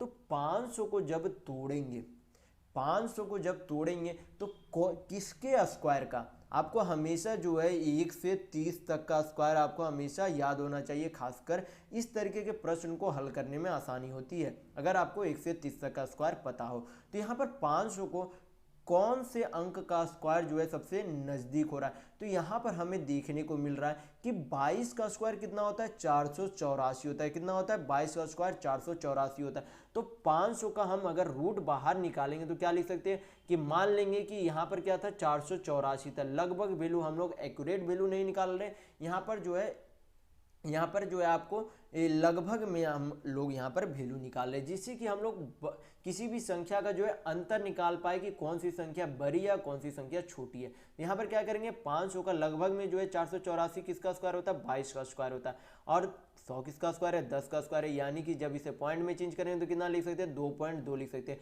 यानी कि √5 का वैल्यू लगभग में क्या लिख सकते हैं, 2.2 लिख सकते हैं। तो 2.2 को जब 3 से गुना करेंगे तो कितना हो जाएगा, 3 दूनी 6, यानी कि 6.6 हो जाएगा। उसी तरीके से 2√8 को तोड़ेंगे तो √8 को तोड़ेंगे तो कितना हो जाएगा, √8 को जब तोड़ेंगे तो कितना हो जाएगा, 2√2, 2√2 इंटू 2 करेंगे तो कितना हो जाएगा, 4√2 हो जाएगा। और 4√2 का यानी कि √2 का वैल्यू कितना होता है, 1.4, लगभग 196 का स्क्वायर होता है, 196 का स्क्वायर 14 होता है, यानी कि 1.4 बोल सकते हैं। तो 1.4 यानी कि √2 का वैल्यू हम लोग क्या माने, 1.4। तो 1.4 इंटू 4 करेंगे तो कितना हो जाएगा, 14 चौक 56, यानी कि 5.6 आ जाएगा। यानी कि 3√5 का वैल्यू लगभग हम लोगों ने कितना लाया, 6.6। 2√8 का वैल्यू हम लोगों ने कितना लाया, 5.6 लाया। अब हमें किसका निकालना है, 4√6 का वैल्यू निकालना है एक लगभग मान में। तो 4√6 का वैल्यू लगभग कितना हो जाएगा, 600 के नज़दीक में सटा हुआ किसका स्क्वायर होता है, तो 576 यानी कि 24 का होता है। और 24 यानी कि 2.4, √6 का मान कितना हो जाएगा, 2.4, कितना हो जाएगा, 2.4, यानी कि 2.4 इंटू 4 करेंगे तो कितना हो जाएगा, 24 चौक 96 होता है, यानी कि 9.6 आ जाएगा। तो हमें तीनों संख्याओं का एक निश्चित वैल्यू नहीं, लगभग में वैल्यू हमें प्राप्त हो गया। जैसे कि 3√5 का कितना वैल्यू प्राप्त हुआ, 6√6, 2√8 का वैल्यू कितना प्राप्त हुआ, 5.6, और 4√6 का वैल्यू कितना प्राप्त हुआ, लगभग में हमें कितना प्राप्त हुआ, 9.6 प्राप्त हुआ। तो यहाँ पर जो है हमें क्या करना है, घटते क्रम में यानी कि डिसेंडिंग ऑर्डर यानी कि अवरोही क्रम में इसे व्यवस्थित करना। तो अवरोही क्रम यानी कि घटते क्रम में व्यवस्थित करने के लिए हमें क्या करना पड़ेगा, सबसे बड़ी संख्या को लिखना पड़ेगा सबसे पहले। तो सबसे बड़ी संख्या हमें क्या दिख रही है, 9.6। तो 9.6 किसका वैल्यू था, 4√6 का वैल्यू था। किसका वैल्यू था, 4√6 का वैल्यू था। ये जो है क्या है, सबसे बड़ी संख्या। तो उससे छोटी संख्या कौन सी थी, 6.6। तो 6.6 जो है किसका वैल्यू था, 6.6 किसका वैल्यू था, तो 6.6 यहाँ पर किसका वैल्यू था, 3√5 का वैल्यू था। 6.6 किसका वैल्यू था, 3√5 का वैल्यू था। यानी कि उससे छोटी संख्या कौन सी है, 3√5 है। फिर जो है सबसे छोटी संख्या कौन सी आई थी, 5.6, जो कि किसका वैल्यू था, 2√8 का वैल्यू था। तो यहाँ पर कितना हो जाएगा, 2√8 हो जाएगा। यानी कि इस क्रम में आपका क्या हो गया, अवरोही क्रम में बैठ गया। तो यहाँ पर हमें जो है चेक करने पे क्या मिल रहा है, आपका ऑप्शन नंबर डी यहाँ पर बिल्कुल सही होगा। तो आपको इसी तरीके से हल करना है कि √5 का जो है लगभग में मान आप वैल्यू मान लेंगे और क्या करेंगे, संख्या से गुना कर देंगे, तो आपका लगभग में वैल्यू प्राप्त हो जाएगा, जिससे कि आपको बड़ी और छोटी संख्या में अंतर प्राप्त हो जाए। तो आप इस तरीके से अवरोही क्रम में इसे बैठा सकते हैं। तो चलिए बढ़ते हैं नेक्स्ट क्वेश्चन की ओर। तो देखेंगे क्वेश्चन नंबर 19। यहाँ पर दिया गया है कि एक कार एक निश्चित दूरी को 60 किलोमीटर प्रति घंटा की गति से 45 मिनट में तय करती है। फिर बोला गया कि यदि इस दूरी को 5 मिनट पहले तय किया जाना है तो इसकी गति यानी कि स्पीड जो है किलोमीटर प्रति घंटा में क्या होनी चाहिए, ये आपसे पूछा जा रहा है। तो सबसे पहले हमें करना क्या होगा, हमें जो है निकालनी होगी कि दूरी उसने जो है कितने ट्रैवल किया था, 60 किलोमीटर प्रति घंटा के हिसाब से 45 मिनट में उसने जो है कितनी दूरी ट्रैवल की थी।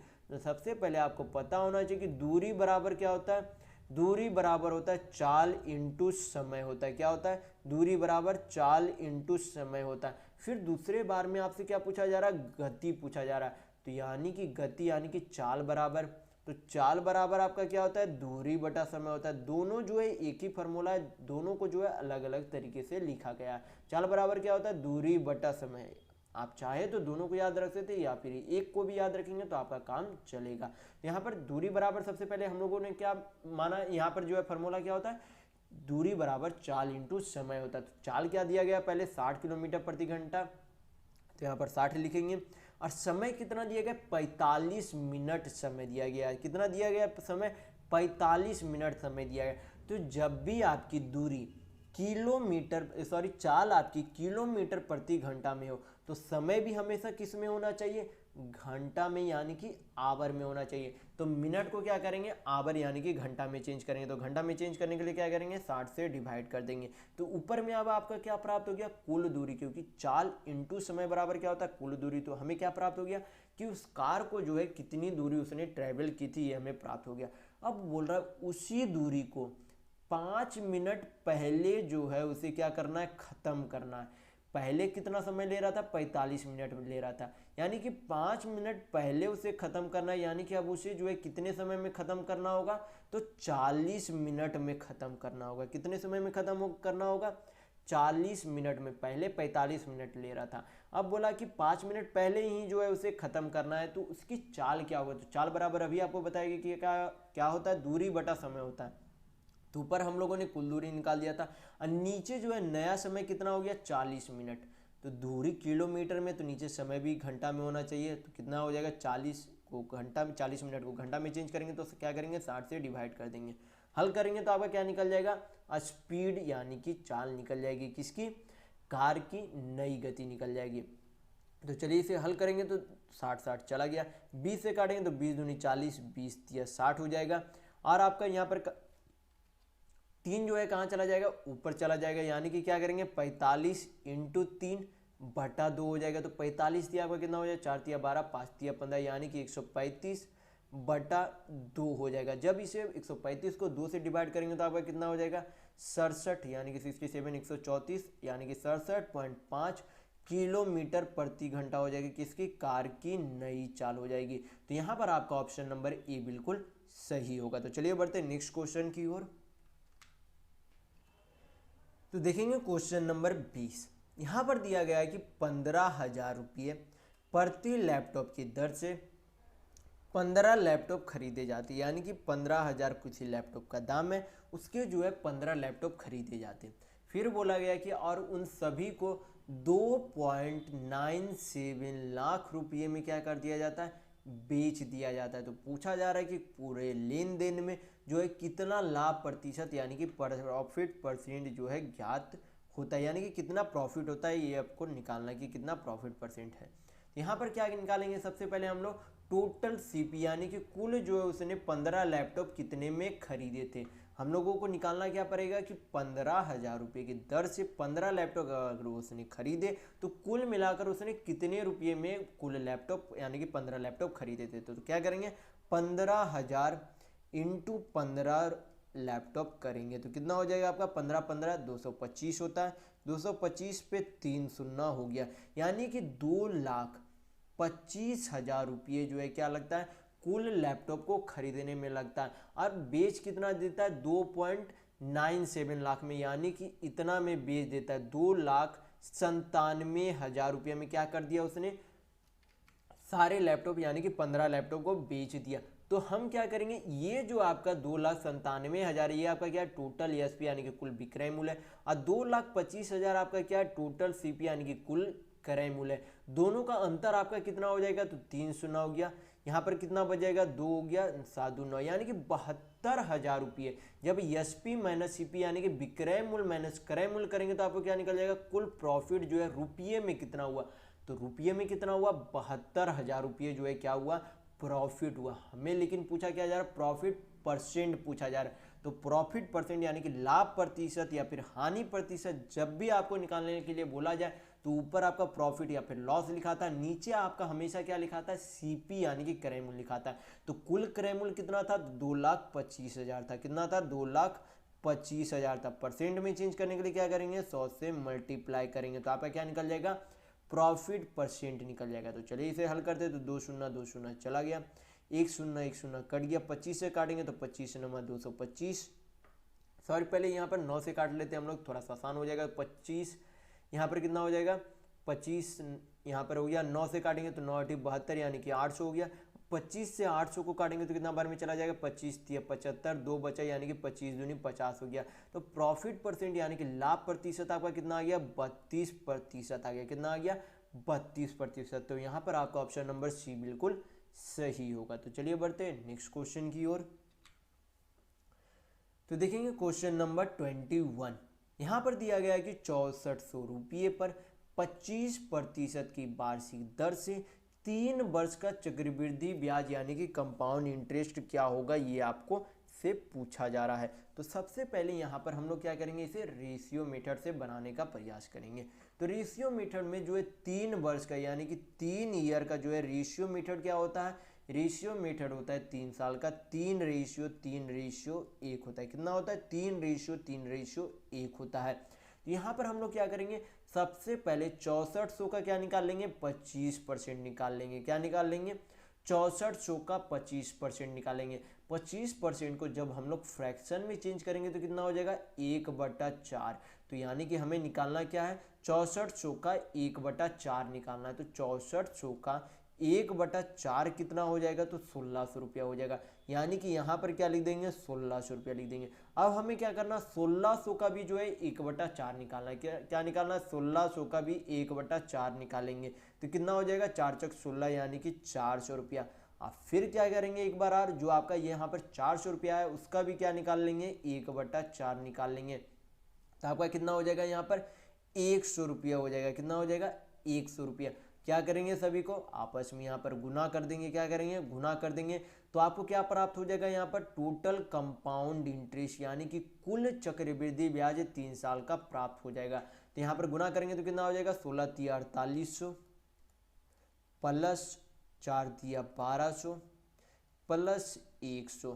तो यहाँ पर जोड़ने पर कुल कितना हो जाता है, तो 48 × 49, 49 × 50, 50 11 कितना हो जाता है आपका, 6100 रुपया हो जाता है। यानी कि 6400 रुपये पर 25% चक्रवृद्धि ब्याज की दर से 3 वर्ष का चक्रवृद्धि ब्याज कितना हो जाता है, 6100 रुपया होता है। कितना होता है, 6100 रुपया। तो यहाँ पर आपका ऑप्शन नंबर ए बिल्कुल सही होगा। तो अगर आपको वीडियो पसंद आ रहा है तो लाइक करते चलिएगा। तो चलिए बढ़ते हैं नेक्स्ट क्वेश्चन की ओर।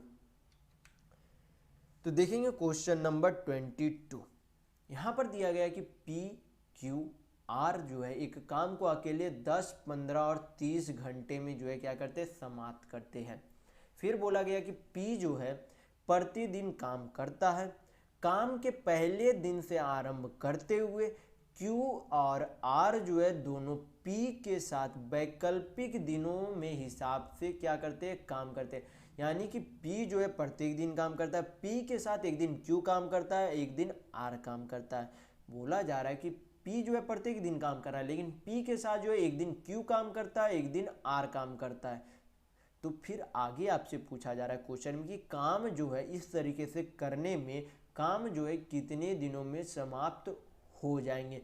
तो अभी आपको सबसे पहले बताया गया था कि टोटल वर्क बराबर, इसी वीडियो में मैं बताया हूँ कि क्या होता है, टोटल वर्क बराबर क्या होता है, इफिशियंसी इनटू टाइम। यानी कि TW आपका हो गया टोटल वर्क यानी कि कुल कार्य, E से आपका हो गया इफिशियंसी यानी कि कार्य क्षमता, T से टाइम यानी कि समय होता है। तो सबसे पहले हम लोग क्या करेंगे, PQR की कार्य क्षमता यानी कि इफिशियंसी निकालेंगे। तो P जो है किसी काम को कितने दिनों में करता है, सॉरी कितने घंटों में करता है, तो 10 घंटे में करता है। Q जो है कितने घंटे में करता है, तो 15 घंटे में करता है। और R जो है उसी काम को कितने दिनों में करता है, 30 घंटे में करता है। तो 10, 15, 30 का एलसीएम कितना होगा, 10, 15, 30 का एलसीएम कितना होता है आपका, 30 होता है। तो 30 को जब 10 से भाग देंगे तो कितना आएगा, 3 आएगा। यानी कि P जो है प्रतिदिन कितने काम करता है, 3 यूनिट काम करता है, यानी कि 3 काम करता है। जब 30 को 15 से भाग देंगे तो कितना आएगा, 2 आएगा। यानी कि Q जो है प्रतिदिन कितना काम करता है, 2 काम करता है। और जब 30 को 30 से विभाजित करेंगे तो कितना आएगा, 1 आएगा। यानी कि R जो है प्रतिदिन 1 यूनिट यानी कि 1 काम करता है। तो टोटल काम करना कितना है, 30 काम करना है। तो अब कर किस तरीके से काम रहा है, सब प्रत्येक दिन जो है क्या कर रहा है, P काम कर रहा है। यानी कि P जो है प्रत्येक दिन 3 काम कर रहा है। मान लेंगे कि पहला दिन जो है Q 7 काम करता है, पहला दिन जो है क्या करता है, P के साथ Q काम करता है। तो P के साथ Q काम करेगा तो दोनों मिलकर एक दिन में कितना काम करेंगे, P 3 काम करता है, Q जो है 2 काम करता है। यानी कि एक दिन में कुल मिलाकर कितना काम करेंगे, 5 काम करेंगे। कितना काम करेंगे, एक दिन में 5 काम करेंगे। लेकिन जब अगले दिन होता है, यानी कि अगले दिन में P के साथ अब कौन काम करेगा, P के साथ अब Q नहीं, अगले दिन R काम करेगा। यानी कि P 3 की कार्य क्षमता से यानी कि 3 काम करेगा और R जो है 1 काम करेगा। यानी कि अगले दिन में जो है कुल मिलाकर कितना काम होगा, तो P जो है 3 काम करेगा और 1 काम करेगा। यानी कि 3 1 4 टोटल काम करेगा P और R मिलकर। अगले दिन में, यानी कि कितना काम करेगा, 5 4 9 काम होगा कितने, 2 दिन में। 2 दिन में कितना काम होगा, 9 काम होगा, लेकिन हमें कुल काम करना कितना है, 30 काम करना है। तो यहाँ पर क्या करेंगे, काम को जो है क्या करेंगे, 30 के नज़दीक लाएंगे। नज़दीक कैसे लाएंगे, तो दोनों तरफ क्या करेंगे, 3 से गुना कर देंगे। क्या करेंगे, दोनों तरफ 3 से गुना कर देंगे, तो कितना आ जाएगा, 9 3 27 काम और 3 दूनी 6 काम। 27 काम जो है अब तक कितने दिनों में किया गया, 6 दिनों में किया गया।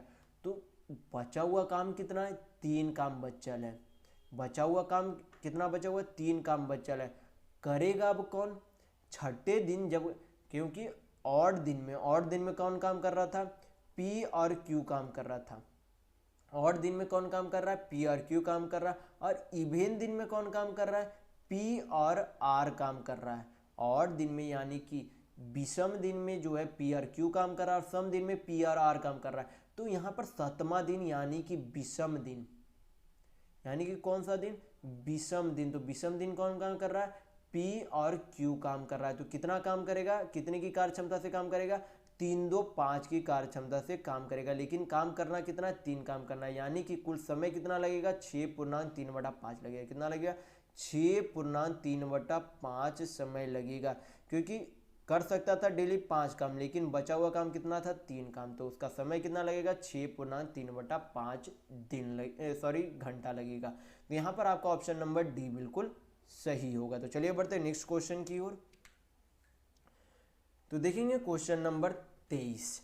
ये आपका क्या है, ग्राफ का क्वेश्चन है। यहाँ पर क्या दिया गया, निर्वाचन क्षेत्र दिए गए, पूरब दक्षिण उत्तर पश्चिम। यहाँ पर दलों का नाम दिया गया है, जैसे कि पहला दल, दूसरा दल, तीसरा दल, चौथा दल, यहाँ पर नाम दिए गए। तो सभी में दल को जो है पूर्व दक्षिण उत्तर पश्चिम में सभी के वोटों के यहाँ पर जो है, यहाँ पर एक तरीके से वोटों की संख्या यहाँ पर यानी कि मत की संख्या दी गई है। क्वेश्चन में हम लोग देखेंगे कि पूछा क्या जा रहा है।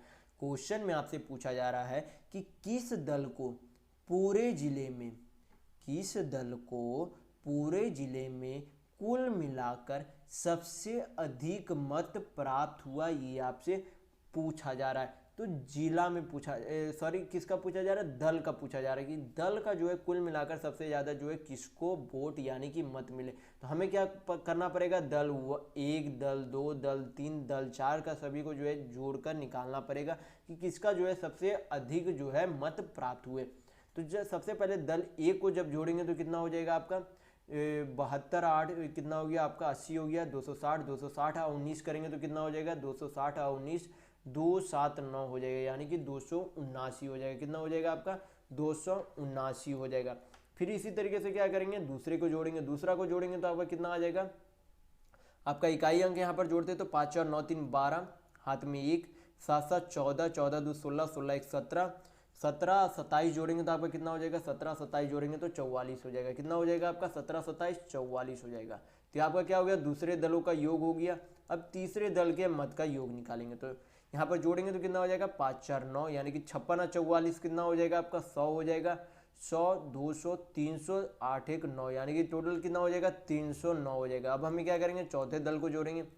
चौथा दल को जोड़ेंगे तो यहाँ पर कितना हो जाएगा आपका, यहाँ पर इकाई अंक हो जाएगा 5 4 9 1 10, हाथ में 1, 3 1 4, 4 2 6, 6 9 6 15 1 16, हाथ में 1 2 2 4 5 1 6, यानी कि चौथे दल में जो है कितना आ जाता है, कुल मतों का योग 660 आता है। यानी कि हमें जब चारों को जोड़ा तो हमें प्राप्त क्या हुआ कि चौथे दल में मतों की संख्या सबसे अधिक प्राप्त की है।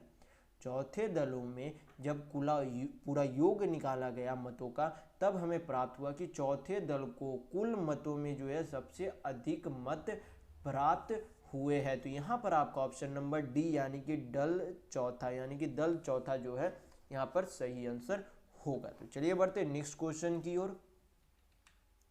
तो देखेंगे क्वेश्चन नंबर 24। ये भी आपका क्या है, पहले वाले ही ग्राफ है। यहाँ पर क्वेश्चन में हम लोग देखेंगे क्वेश्चन में पूछा क्या जा रहा है। क्वेश्चन में यहाँ पर आपसे पूछा जा रहा है कि अपने निकटतम प्रतिद्वंदी की तुलना में, अपने निकटतम प्रतिद्वंदी दल की तुलना में दल 4 यानी कि दल चौथे ने दक्षिण निर्वाचन क्षेत्र को कितने अधिक मतों से जीता। तो दक्षिण में दल चौथा जो है कितना मत प्राप्त किया था, 210,000, यहाँ पर, क्योंकि सभी संख्या जो है किस में, हजार में। यहाँ पर आपसे बोला गया क्वेश्चन में कि सभी जो है संख्याएं किस में, मतों में हजार में है। यानी कि दक्षिण में जो है 210,000 जो है चौथे दल द्वारा मत प्राप्त किए गए। तो इसका निकटतम प्रतिद्वंदी कौन था जो कि टक्कर दे रहा था, तो 108 वाला होगा। ये जो है दल तीसरा, इसका जो दक्षिण में जो है दल तीसरा, जो कि इसके जो है निकटतम प्रतिद्वंदी था, क्या था, निकटतम प्रतिद्वंदी था। तो दोनों का अंतर एक तरीके से आपसे पूछा जा रहा है। क्या पूछा जा रहा है, उसके निकटतम प्रतिद्वंदी से कितने मतों से जीता, उसका अंतर पूछा जा रहा है। यानी कि क्या करेंगे, 210 माइनस क्या करेंगे, 108 करेंगे, तो आपका कितना हो जाएगा, यहाँ का हो जाएगा 90, 100, आपका कितना हो जाएगा, 102 हो जाएगा।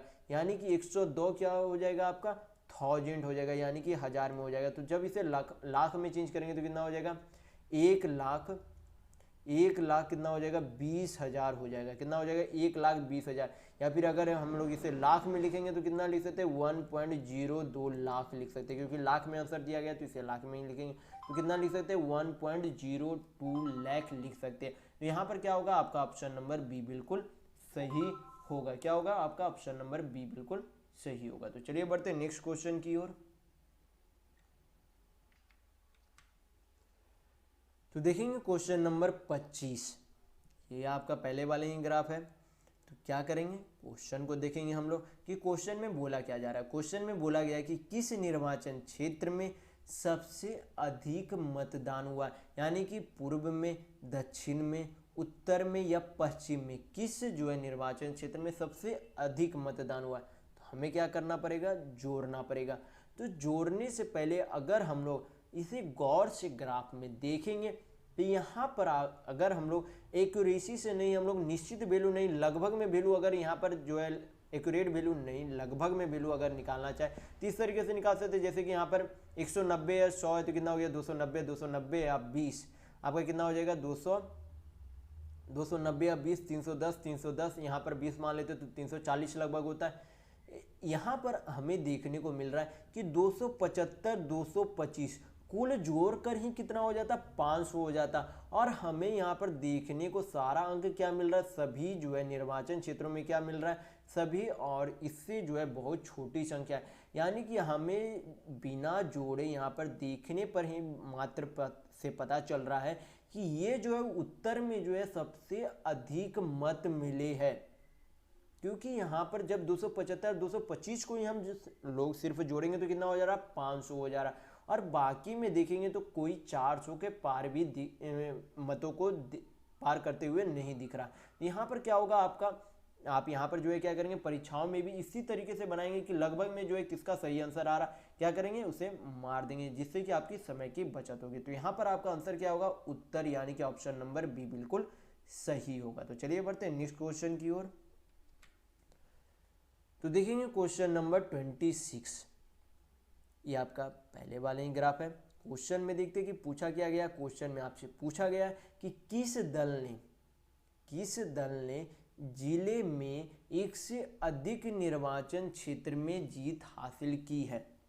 तो हमें क्या करना पड़ेगा, दल में देखना पड़ेगा। जैसे कि आप यहाँ पे दल पहला में देखते हैं कि पूर्व में जो है सबसे अधिक मत जो है कौन जीत रहा है, तो पूर्व में जो है कौन जीत रहा है, पूर्व में जीत रहा है दल 1 जीत रहा है। कौन जीत रहा है, दल 1 जीत रहा है।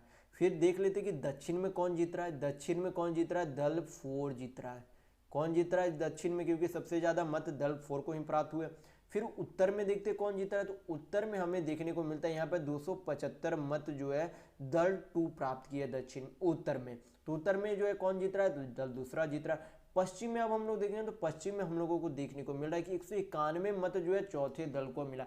यानी कि पश्चिम में जो है कौन जीत रहा है, दल चौथा जीत रहा है। यानी कि एक से अधिक निर्वाचन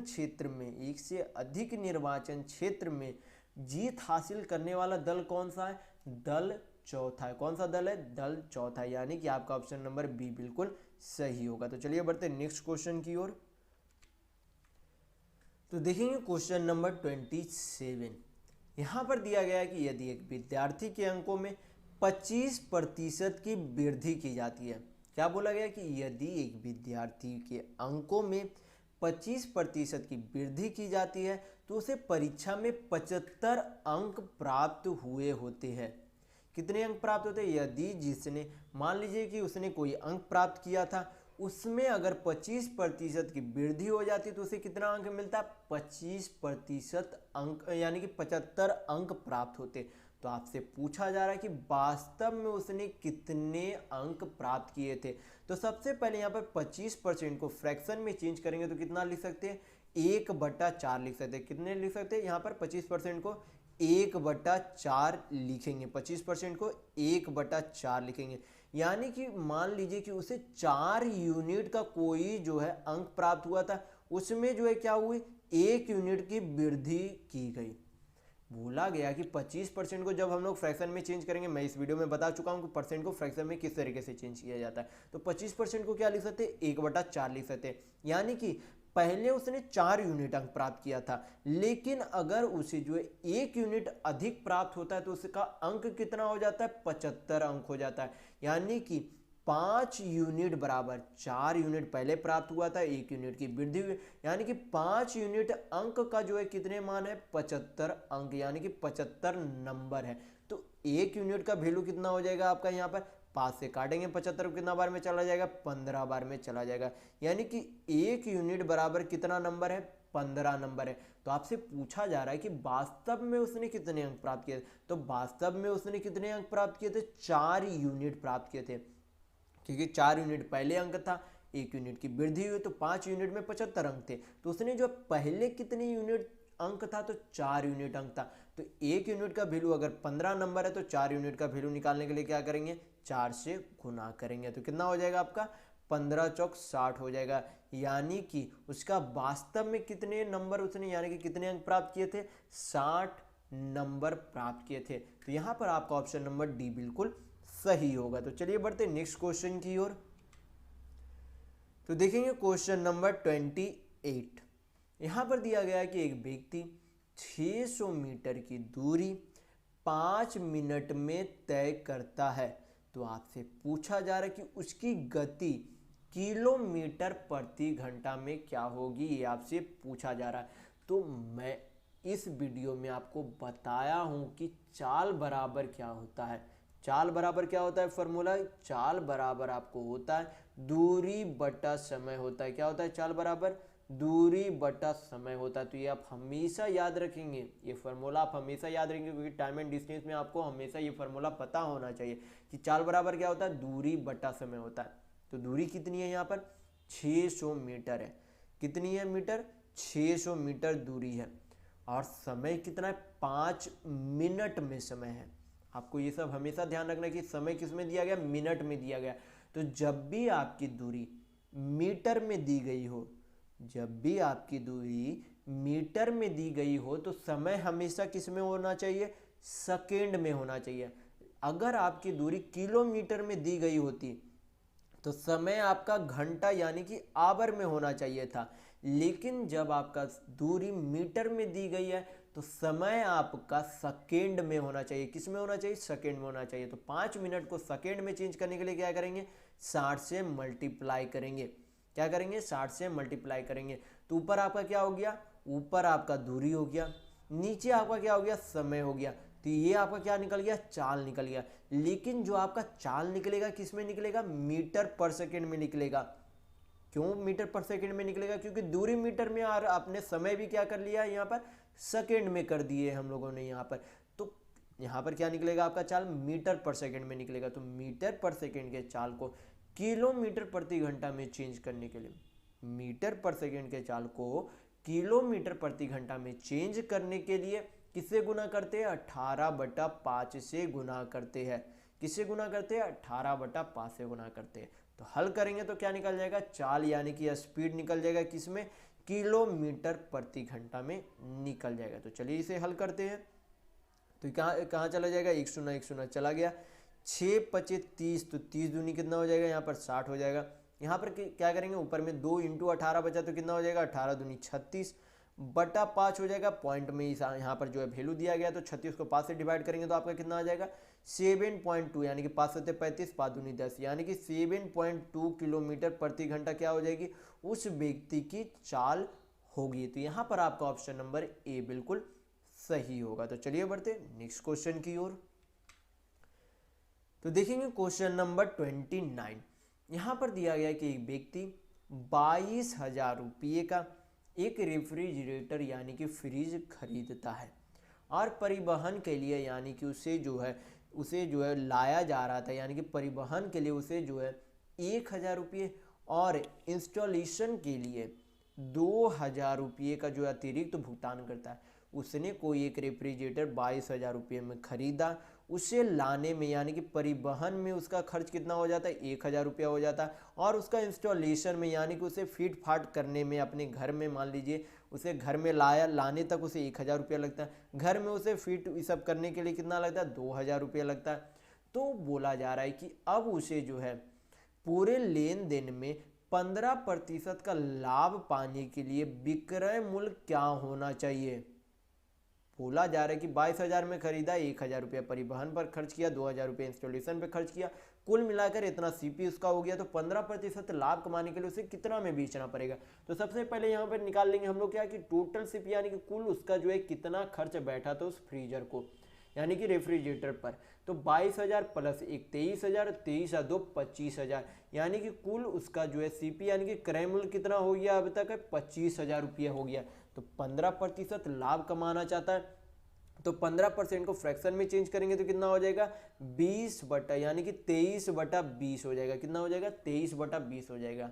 मैं इस वीडियो में बताया हूं कि आपको परसेंट में फ्रैक्शन यानी कि परसेंट को फ्रैक्शन में किस तरीके से चेंज किया जाता है। तो यहाँ पर क्या हो गया आपका, सॉरी 23 यानी कि 3/20 होगा, 23/20 नहीं होगा आपका, यहाँ पर 3/20 होगा।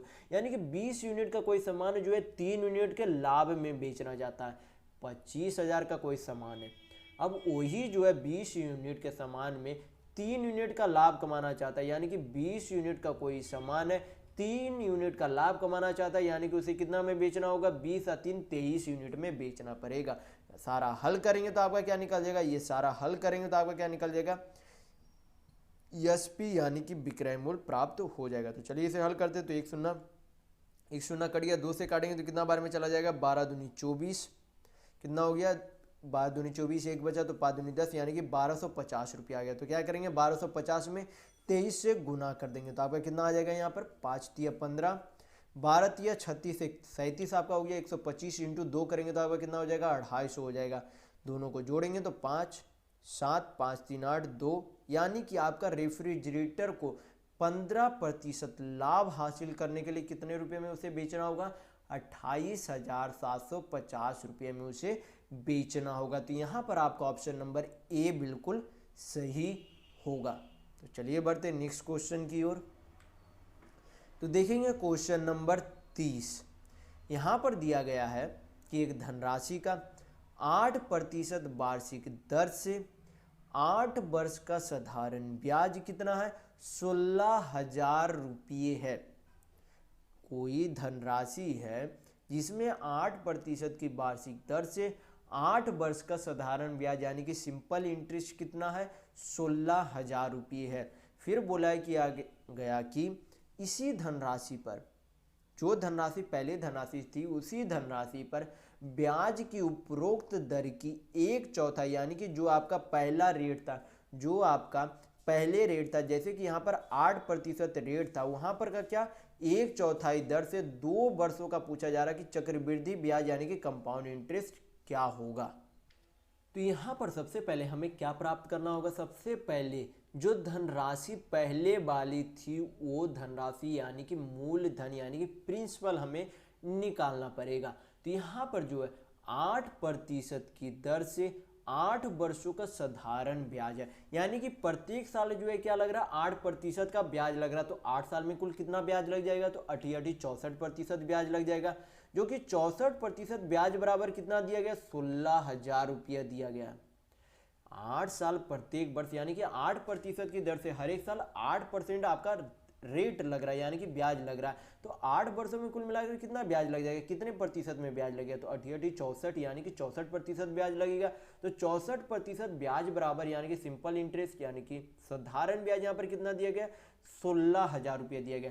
तो प्रिंसिपल यानी कि मूलधन खुद में हमेशा कितने होते हैं, 100% होता है। कितना होता है? 100% होता है। तो यहाँ पर से हम लोग क्या निकाल सकते हैं? 1% का वैल्यू निकाल सकते हैं। 1% का वैल्यू निकालने के बाद 100% का भी वैल्यू निकाल सकते हैं। तो क्या करेंगे? यहाँ पर हल करेंगे तो 16 से काटेंगे तो 16 से कितने बार में चला जाएगा? यहाँ पर 1000 बार में यहाँ पर चला जाएगा। यहाँ पर आपका हो गया 16 चौक 64 हो गया। हमें चाहिए क्या? 100% का वैल्यू चाहिए। तो दोनों तरफ क्या करेंगे? 25 से गुना कर देंगे। क्या करेंगे? 25 से गुना कर देंगे तो आपका क्या निकल जाएगा? 100% का वैल्यू निकल जाएगा। तो इधर कितना हो गया आपका? 25 चौक 100% बराबर आपका कितना हो गया? 25,000 रुपये हो गया। यानी कि हमें क्या प्राप्त हो गया? प्रिंसिपल यानी कि मूलधन हमें प्राप्त हो गई है। तो यहाँ पर इसी की दर से 2 वर्षों में, लेकिन आपका यहाँ पर नया रेट यानी कि नया दर यहाँ पर क्या बोला जा रहा है? जो आपका पहले रेट यानी कि पहला दर था उसका अब जो है नया दर क्या हो जाएगा? 1/4 होगा। यानी कि पहले रेट कितना था? 8% था। कितना रेट था? 8% था। इसका 1/4 यहाँ पर कितना हो जाएगा? तो 1/4 आपका हो जाएगा यहाँ पर 2% हो जाएगा। कितना हो जाएगा? 2%। यानी कि नया रेट यानी कि नया दर आपका कितना हो गया? 2%। प्रिंसिपल भी आपका कितना यानी कि मूलधन कितना? 25,000 रुपये आपको प्राप्त है। यहाँ पर 2 वर्ष यहाँ पर आपका टाइम भी दिया गया। पूछा क्या जा रहा है? चक्रवृद्धि ब्याज यानी कि कंपाउंड इंटरेस्ट क्या होगा, ये आपसे पूछा जा रहा है। तो कंपाउंड इंटरेस्ट निकालने का क्या तरीका होता है? हम लोग यहाँ पर ट्री मेथड लगाएंगे। तो सबसे पहले जो है क्या करेंगे? 25,000 का 2%। 25,000 का 2% कितना होगा आपका? 500 रुपये हो गया। आप इस तरीके से निकालना चाहे तो आप इस तरीके से निकालेंगे कि 25,000 का 2% कितना होता है? तो सुना सुना चला गया तो 25 दूनी कितना हो जाएगा आपका? 50 हो जाएगा। यानी कि उसके जो है पहले वर्ष में कितना ब्याज लगेगा? 500 रुपये का ब्याज लगेगा। लेकिन हमें पूछा क्या जा रहा है? 2 साल का कंपाउंड इंटरेस्ट पूछा जा रहा है। तो पहले साल में कितना लगा? 500 रुपये लगा। तो दूसरे साल में भी कितना लगेगा? 500 रुपये लगेगा। लेकिन जो आपका ये ब्याज लगा था पिछले साल में, अब क्या लगेगा? ब्याज पर भी ब्याज लगेगा, क्योंकि कंपाउंड इंटरेस्ट यानी कि चक्रवृद्धि ब्याज में क्या होता है? आपके ब्याज पर भी ब्याज लगता है। यानी कि 500 पर भी अब क्या लगेगा? 2% का ये आपका ब्याज लगेगा। तो 500 का 2% कितना होता है? तो 500 का 2% 10 रुपया होता है। कितना होता है? 10 रुपया होता है। क्या करेंगे? सभी को जोड़ेंगे तो आपका कितना आ जाएगा? क्या आ जाएगा? कंपाउंड इंटरेस्ट यानी कि कुल चक्रवृद्धि ब्याज आपको प्राप्त हो जाएगा। तो चलिए यहाँ पर हल करेंगे तो कितना हो जाएगा? 5 5 10 यानी कि 1,000 रुपये प्लस 10 रुपये यानी कि टोटल कितना हो जाएगा? चक्रवृद्धि ब्याज यानी कि कंपाउंड इंटरेस्ट 1,010 रुपया हो जाएगा। कितना हो जाएगा आपका कंपाउंड इंटरेस्ट? 1,010 रुपये। तो यहाँ पर आपका ऑप्शन नंबर बी बिल्कुल सही होगा। तो चलिए बढ़ते हैं नेक्स्ट क्वेश्चन की ओर। तो देखेंगे क्वेश्चन नंबर 31। यहाँ पर क्या दिया गया है? कुछ संख्याएं दी गई, उनमें से पूछा जा रहा है कि आंकड़ों का बहुलक ज्ञात कीजिए। क्या ज्ञात कीजिए? बहुलक ज्ञात कीजिए। तो बहुलक निकालने का तरीका क्या होता है?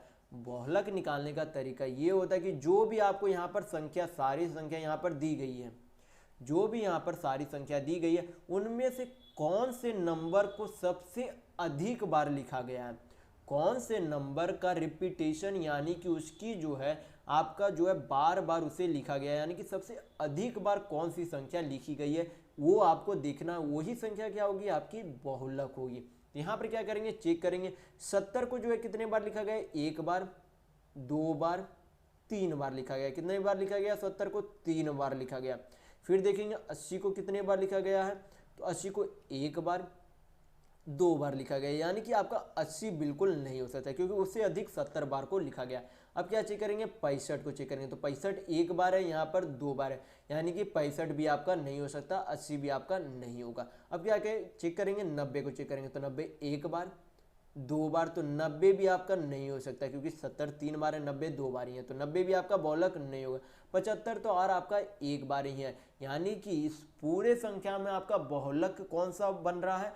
तो 70 नंबर, जो कि 3 बार रिपीट किया गया है, जो कि सबसे अधिक बार रिपीट किया गया, तो वही आपका क्या हो जाएगा? बहुलक हो जाएगा। तो यहाँ पर आपका ऑप्शन नंबर ए यानी कि 70 बिल्कुल पूरी तरीके से सही होगा। तो चलिए बढ़ते हैं नेक्स्ट क्वेश्चन की ओर। तो देखेंगे क्वेश्चन नंबर 32। यहाँ पर 3 संख्या दी गई यानी कि 24, 96, 36। उसका पूछा क्या जा रहा है आपसे? लासा यानी कि एलसीएम ज्ञात कीजिए, ये आपसे पूछा जा रहा है। कि यहाँ पर क्या करेंगे कि इसे जो है एलसीएम निकालने का तरीका क्या होता है कि सबको फैक्टराइजेशन में से तोड़ देंगे। जैसे कि 24 को लिखेंगे तो क्या लिख सकते हैं, 2 पे पावर q इंटू 3 लिख सकते हैं।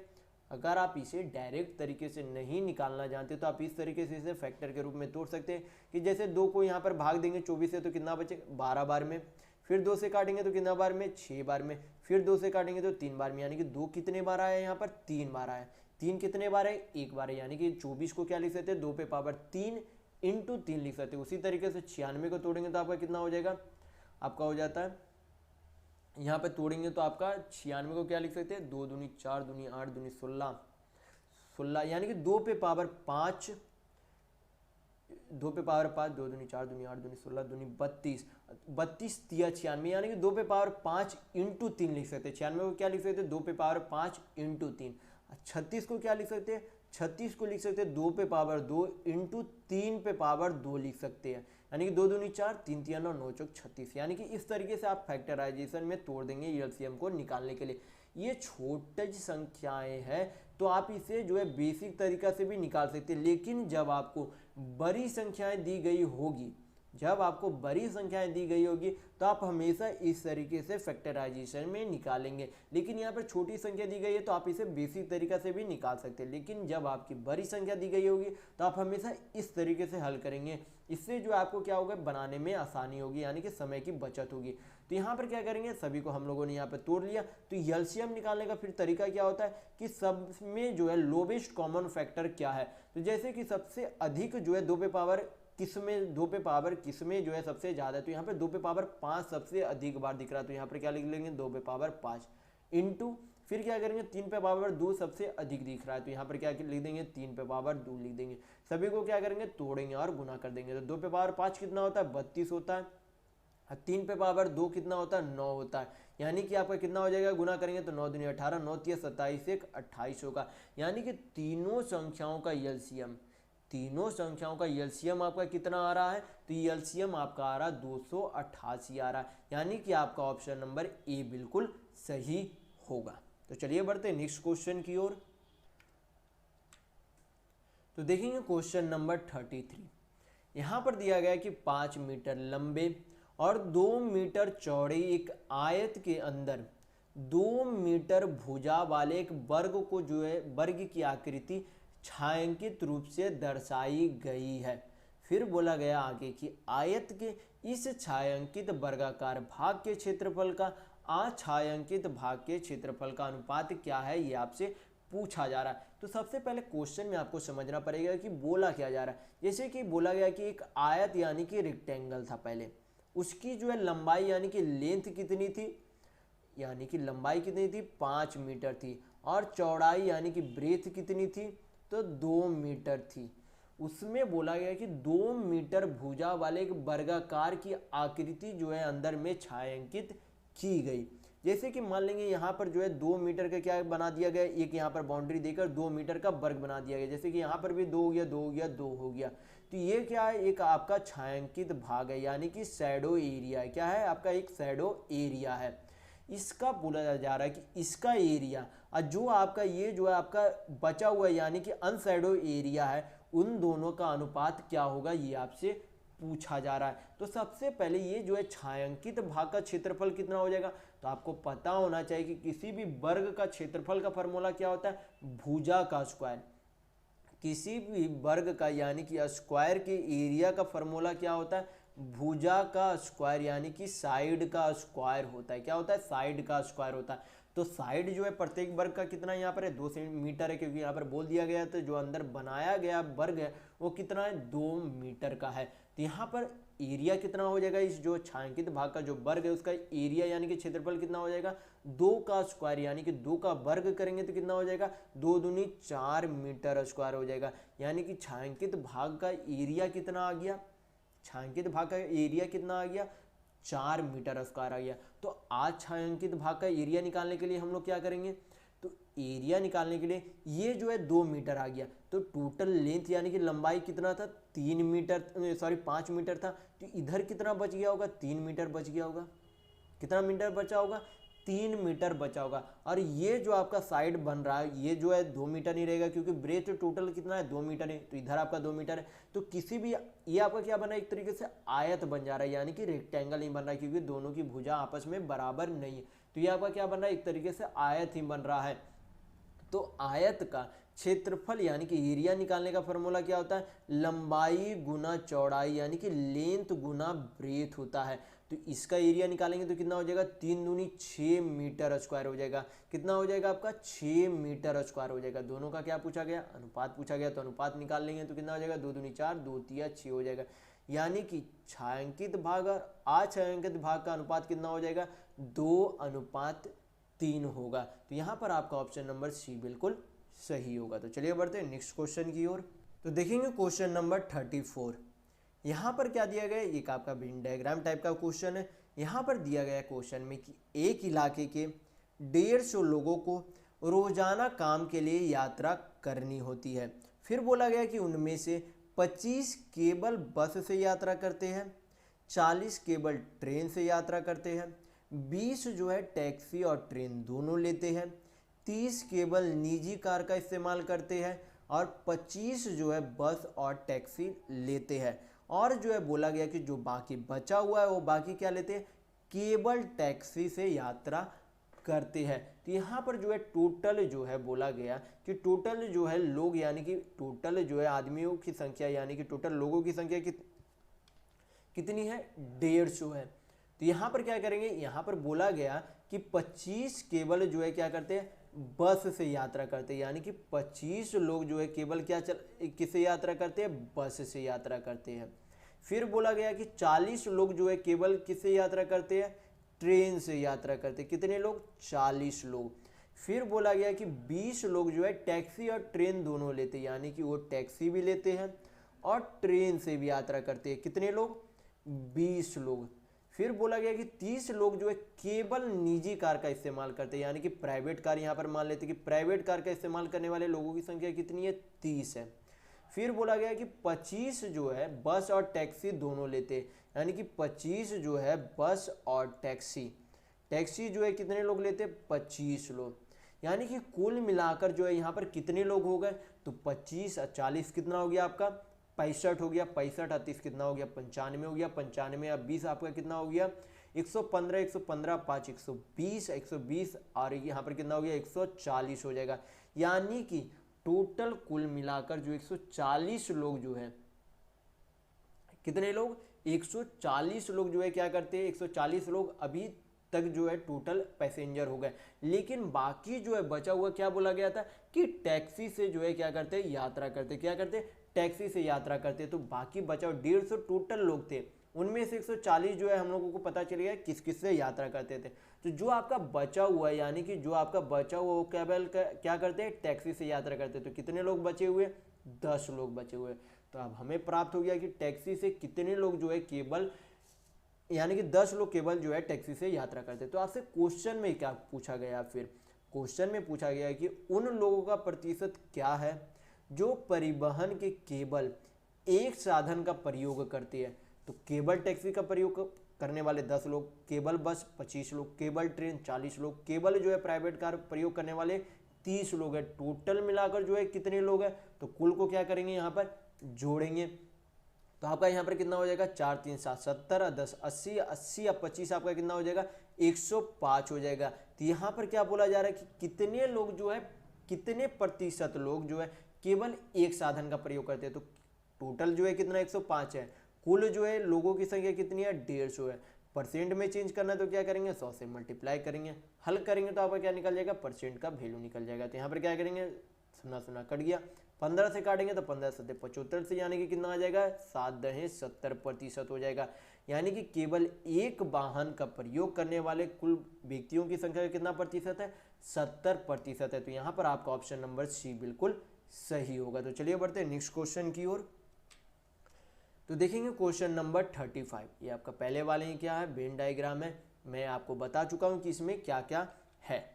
तो यहाँ पर क्या करेंगे, क्वेश्चन में देखेंगे कि क्या बोला जा रहा है। क्वेश्चन में आपसे पूछा जा रहा है कि इन सभी में से कितने लोग यात्रा के लिए जो है केवल टैक्सी का इस्तेमाल करते हैं। केवल टैक्सी नहीं, यानी कि टैक्सी का इस्तेमाल करते हैं, कितने लोग जो है टैक्सी का इस्तेमाल करते हैं। तो यहाँ पर हम लोगों ने जब देखा था कि 10 लोग केबल टैक्सी का इस्तेमाल करते हैं, उसमें से फिर बोला गया था 30 लोग जो है टैक्सी और ट्रेन का भी इस्तेमाल करते हैं, और इधर 25 लोग भी जो है क्या करते हैं, बस और टैक्सी का इस्तेमाल करते हैं। यानी कि कुल कितने लोग जो हो गए जो टैक्सी का इस्तेमाल करते हैं, तो 10 लोग यहाँ पर हो गया जो कि केबल टैक्सी का इस्तेमाल करते थे, 20 लोग जो हो गया जो कि टैक्सी और ट्रेन, यानी कि इसमें से भी क्या है 20 लोग टैक्सी का इस्तेमाल कर रहे हैं, तो यहाँ पर भी 20 लोग हो गए।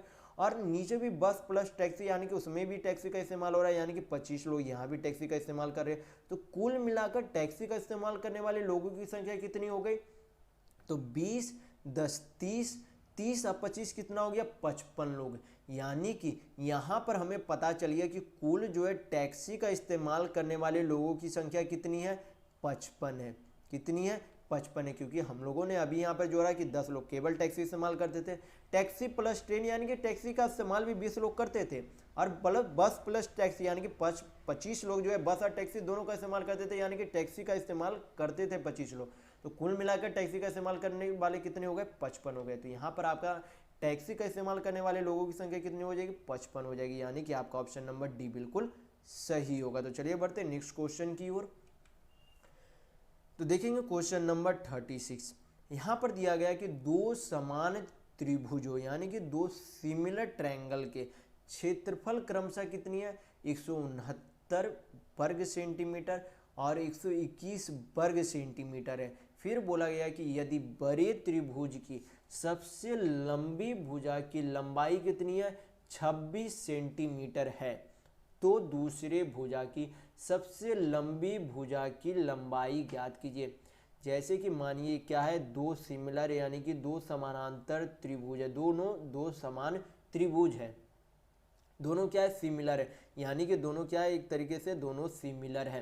तो सिमिलर है तो क्या होगा, सिमिलर मान लीजिए सबसे बड़ी भुजा एक का दिया गया 26 दिया गया, ये आपका सबसे बड़ी भुजा दूसरी त्रिभुज का पूछा जा रहा है, और दोनों का एरिया कितना दिया गया है, एक का एरिया दिया गया है, कितना दिया गया है, 169 सेंटीमीटर स्क्वायर, और दूसरे का कितना दिया गया है, 121 सेंटीमीटर स्क्वायर दिया गया है। तो इसे निकालने का तरीका क्या होता है, जैसे कि भुजा का स्क्वायर करेंगे, जैसे कि यहाँ पर क्या करेंगे 26/x करेंगे, क्योंकि दोनों ट्रायंगल सिमिलर है तो क्या लिख सकते हैं 26/x लिख सकते हैं, क्योंकि दोनों साइड क्या हो जाएंगे यहाँ पर सिमिलर, क्योंकि मान लेंगे दोनों ट्रायंगल सिमिलर है तो तीनों एंगल सिमिलर है, तो यहाँ पर क्या लिख सकते हैं 26/x लिख सकते हैं। तो दोनों की भुजा का क्या हो जाएगा, स्क्वायर हो जाएगा, और दोनों का एरिया कितना दिया गया, पहले त्रिभुज का 169 दिया गया, दूसरे त्रिभुज का कितना दिया गया 121 दिया गया।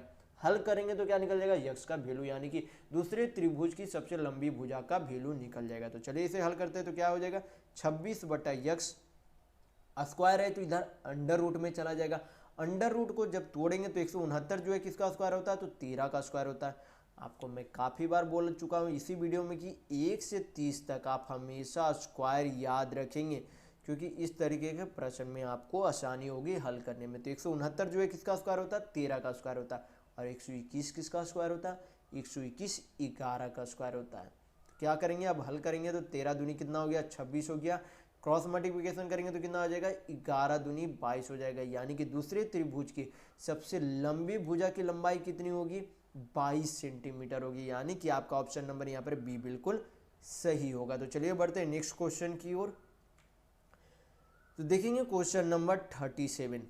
यहाँ पर दिया गया है कि यन के पास, क्या बोला गया है कि यन के पास के की अपेक्षा जो है पी रुपये अधिक है। जैसे कि यहाँ पर हम लोगों ने माना यन है, के है, यहाँ पर बोला गया यन के पास जो है के की अपेक्षा पी रुपया अधिक है। यहाँ पर मान लेंगे हम लोग के पास यक्स रुपया, तो यन के पास कितने रुपया हो जाएंगे, यक्स प्लस पी रुपया हो जाएंगे, क्योंकि बोला गया के पास जितने रुपया है उसको जो है उससे पी रुपया अधिक जो है यन के पास है, यानी कि के पास अगर यक्स रुपया तो यन के पास कितना रुपया हो जाएगा, यक्स प्लस पी रुपये।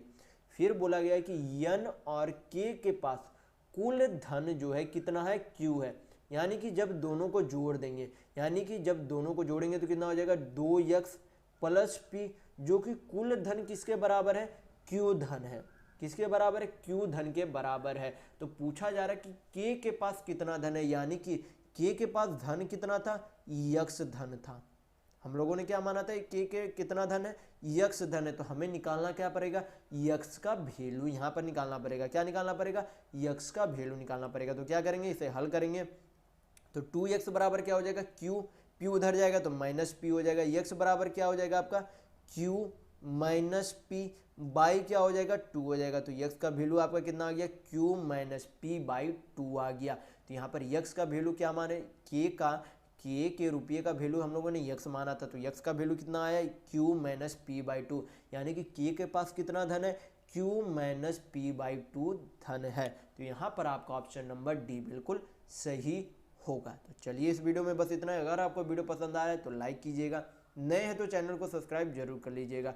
यह हमारा सोशल मीडिया प्लेटफॉर्म है, आप हमसे यहाँ भी जुड़ सकते हैं। इसके लिंक आपको इस वीडियो के डिस्क्रिप्शन बॉक्स में मिल जाएंगे। और इस वीडियो को अपने दोस्तों के साथ शेयर करना बिल्कुल भी नहीं भूलिएगा, ताकि उन्हें भी इस वीडियो से लाभ मिल सके। तो इस वीडियो में बस इतना ही, मिलते हैं अगले वीडियो में, तब तक के लिए धन्यवाद।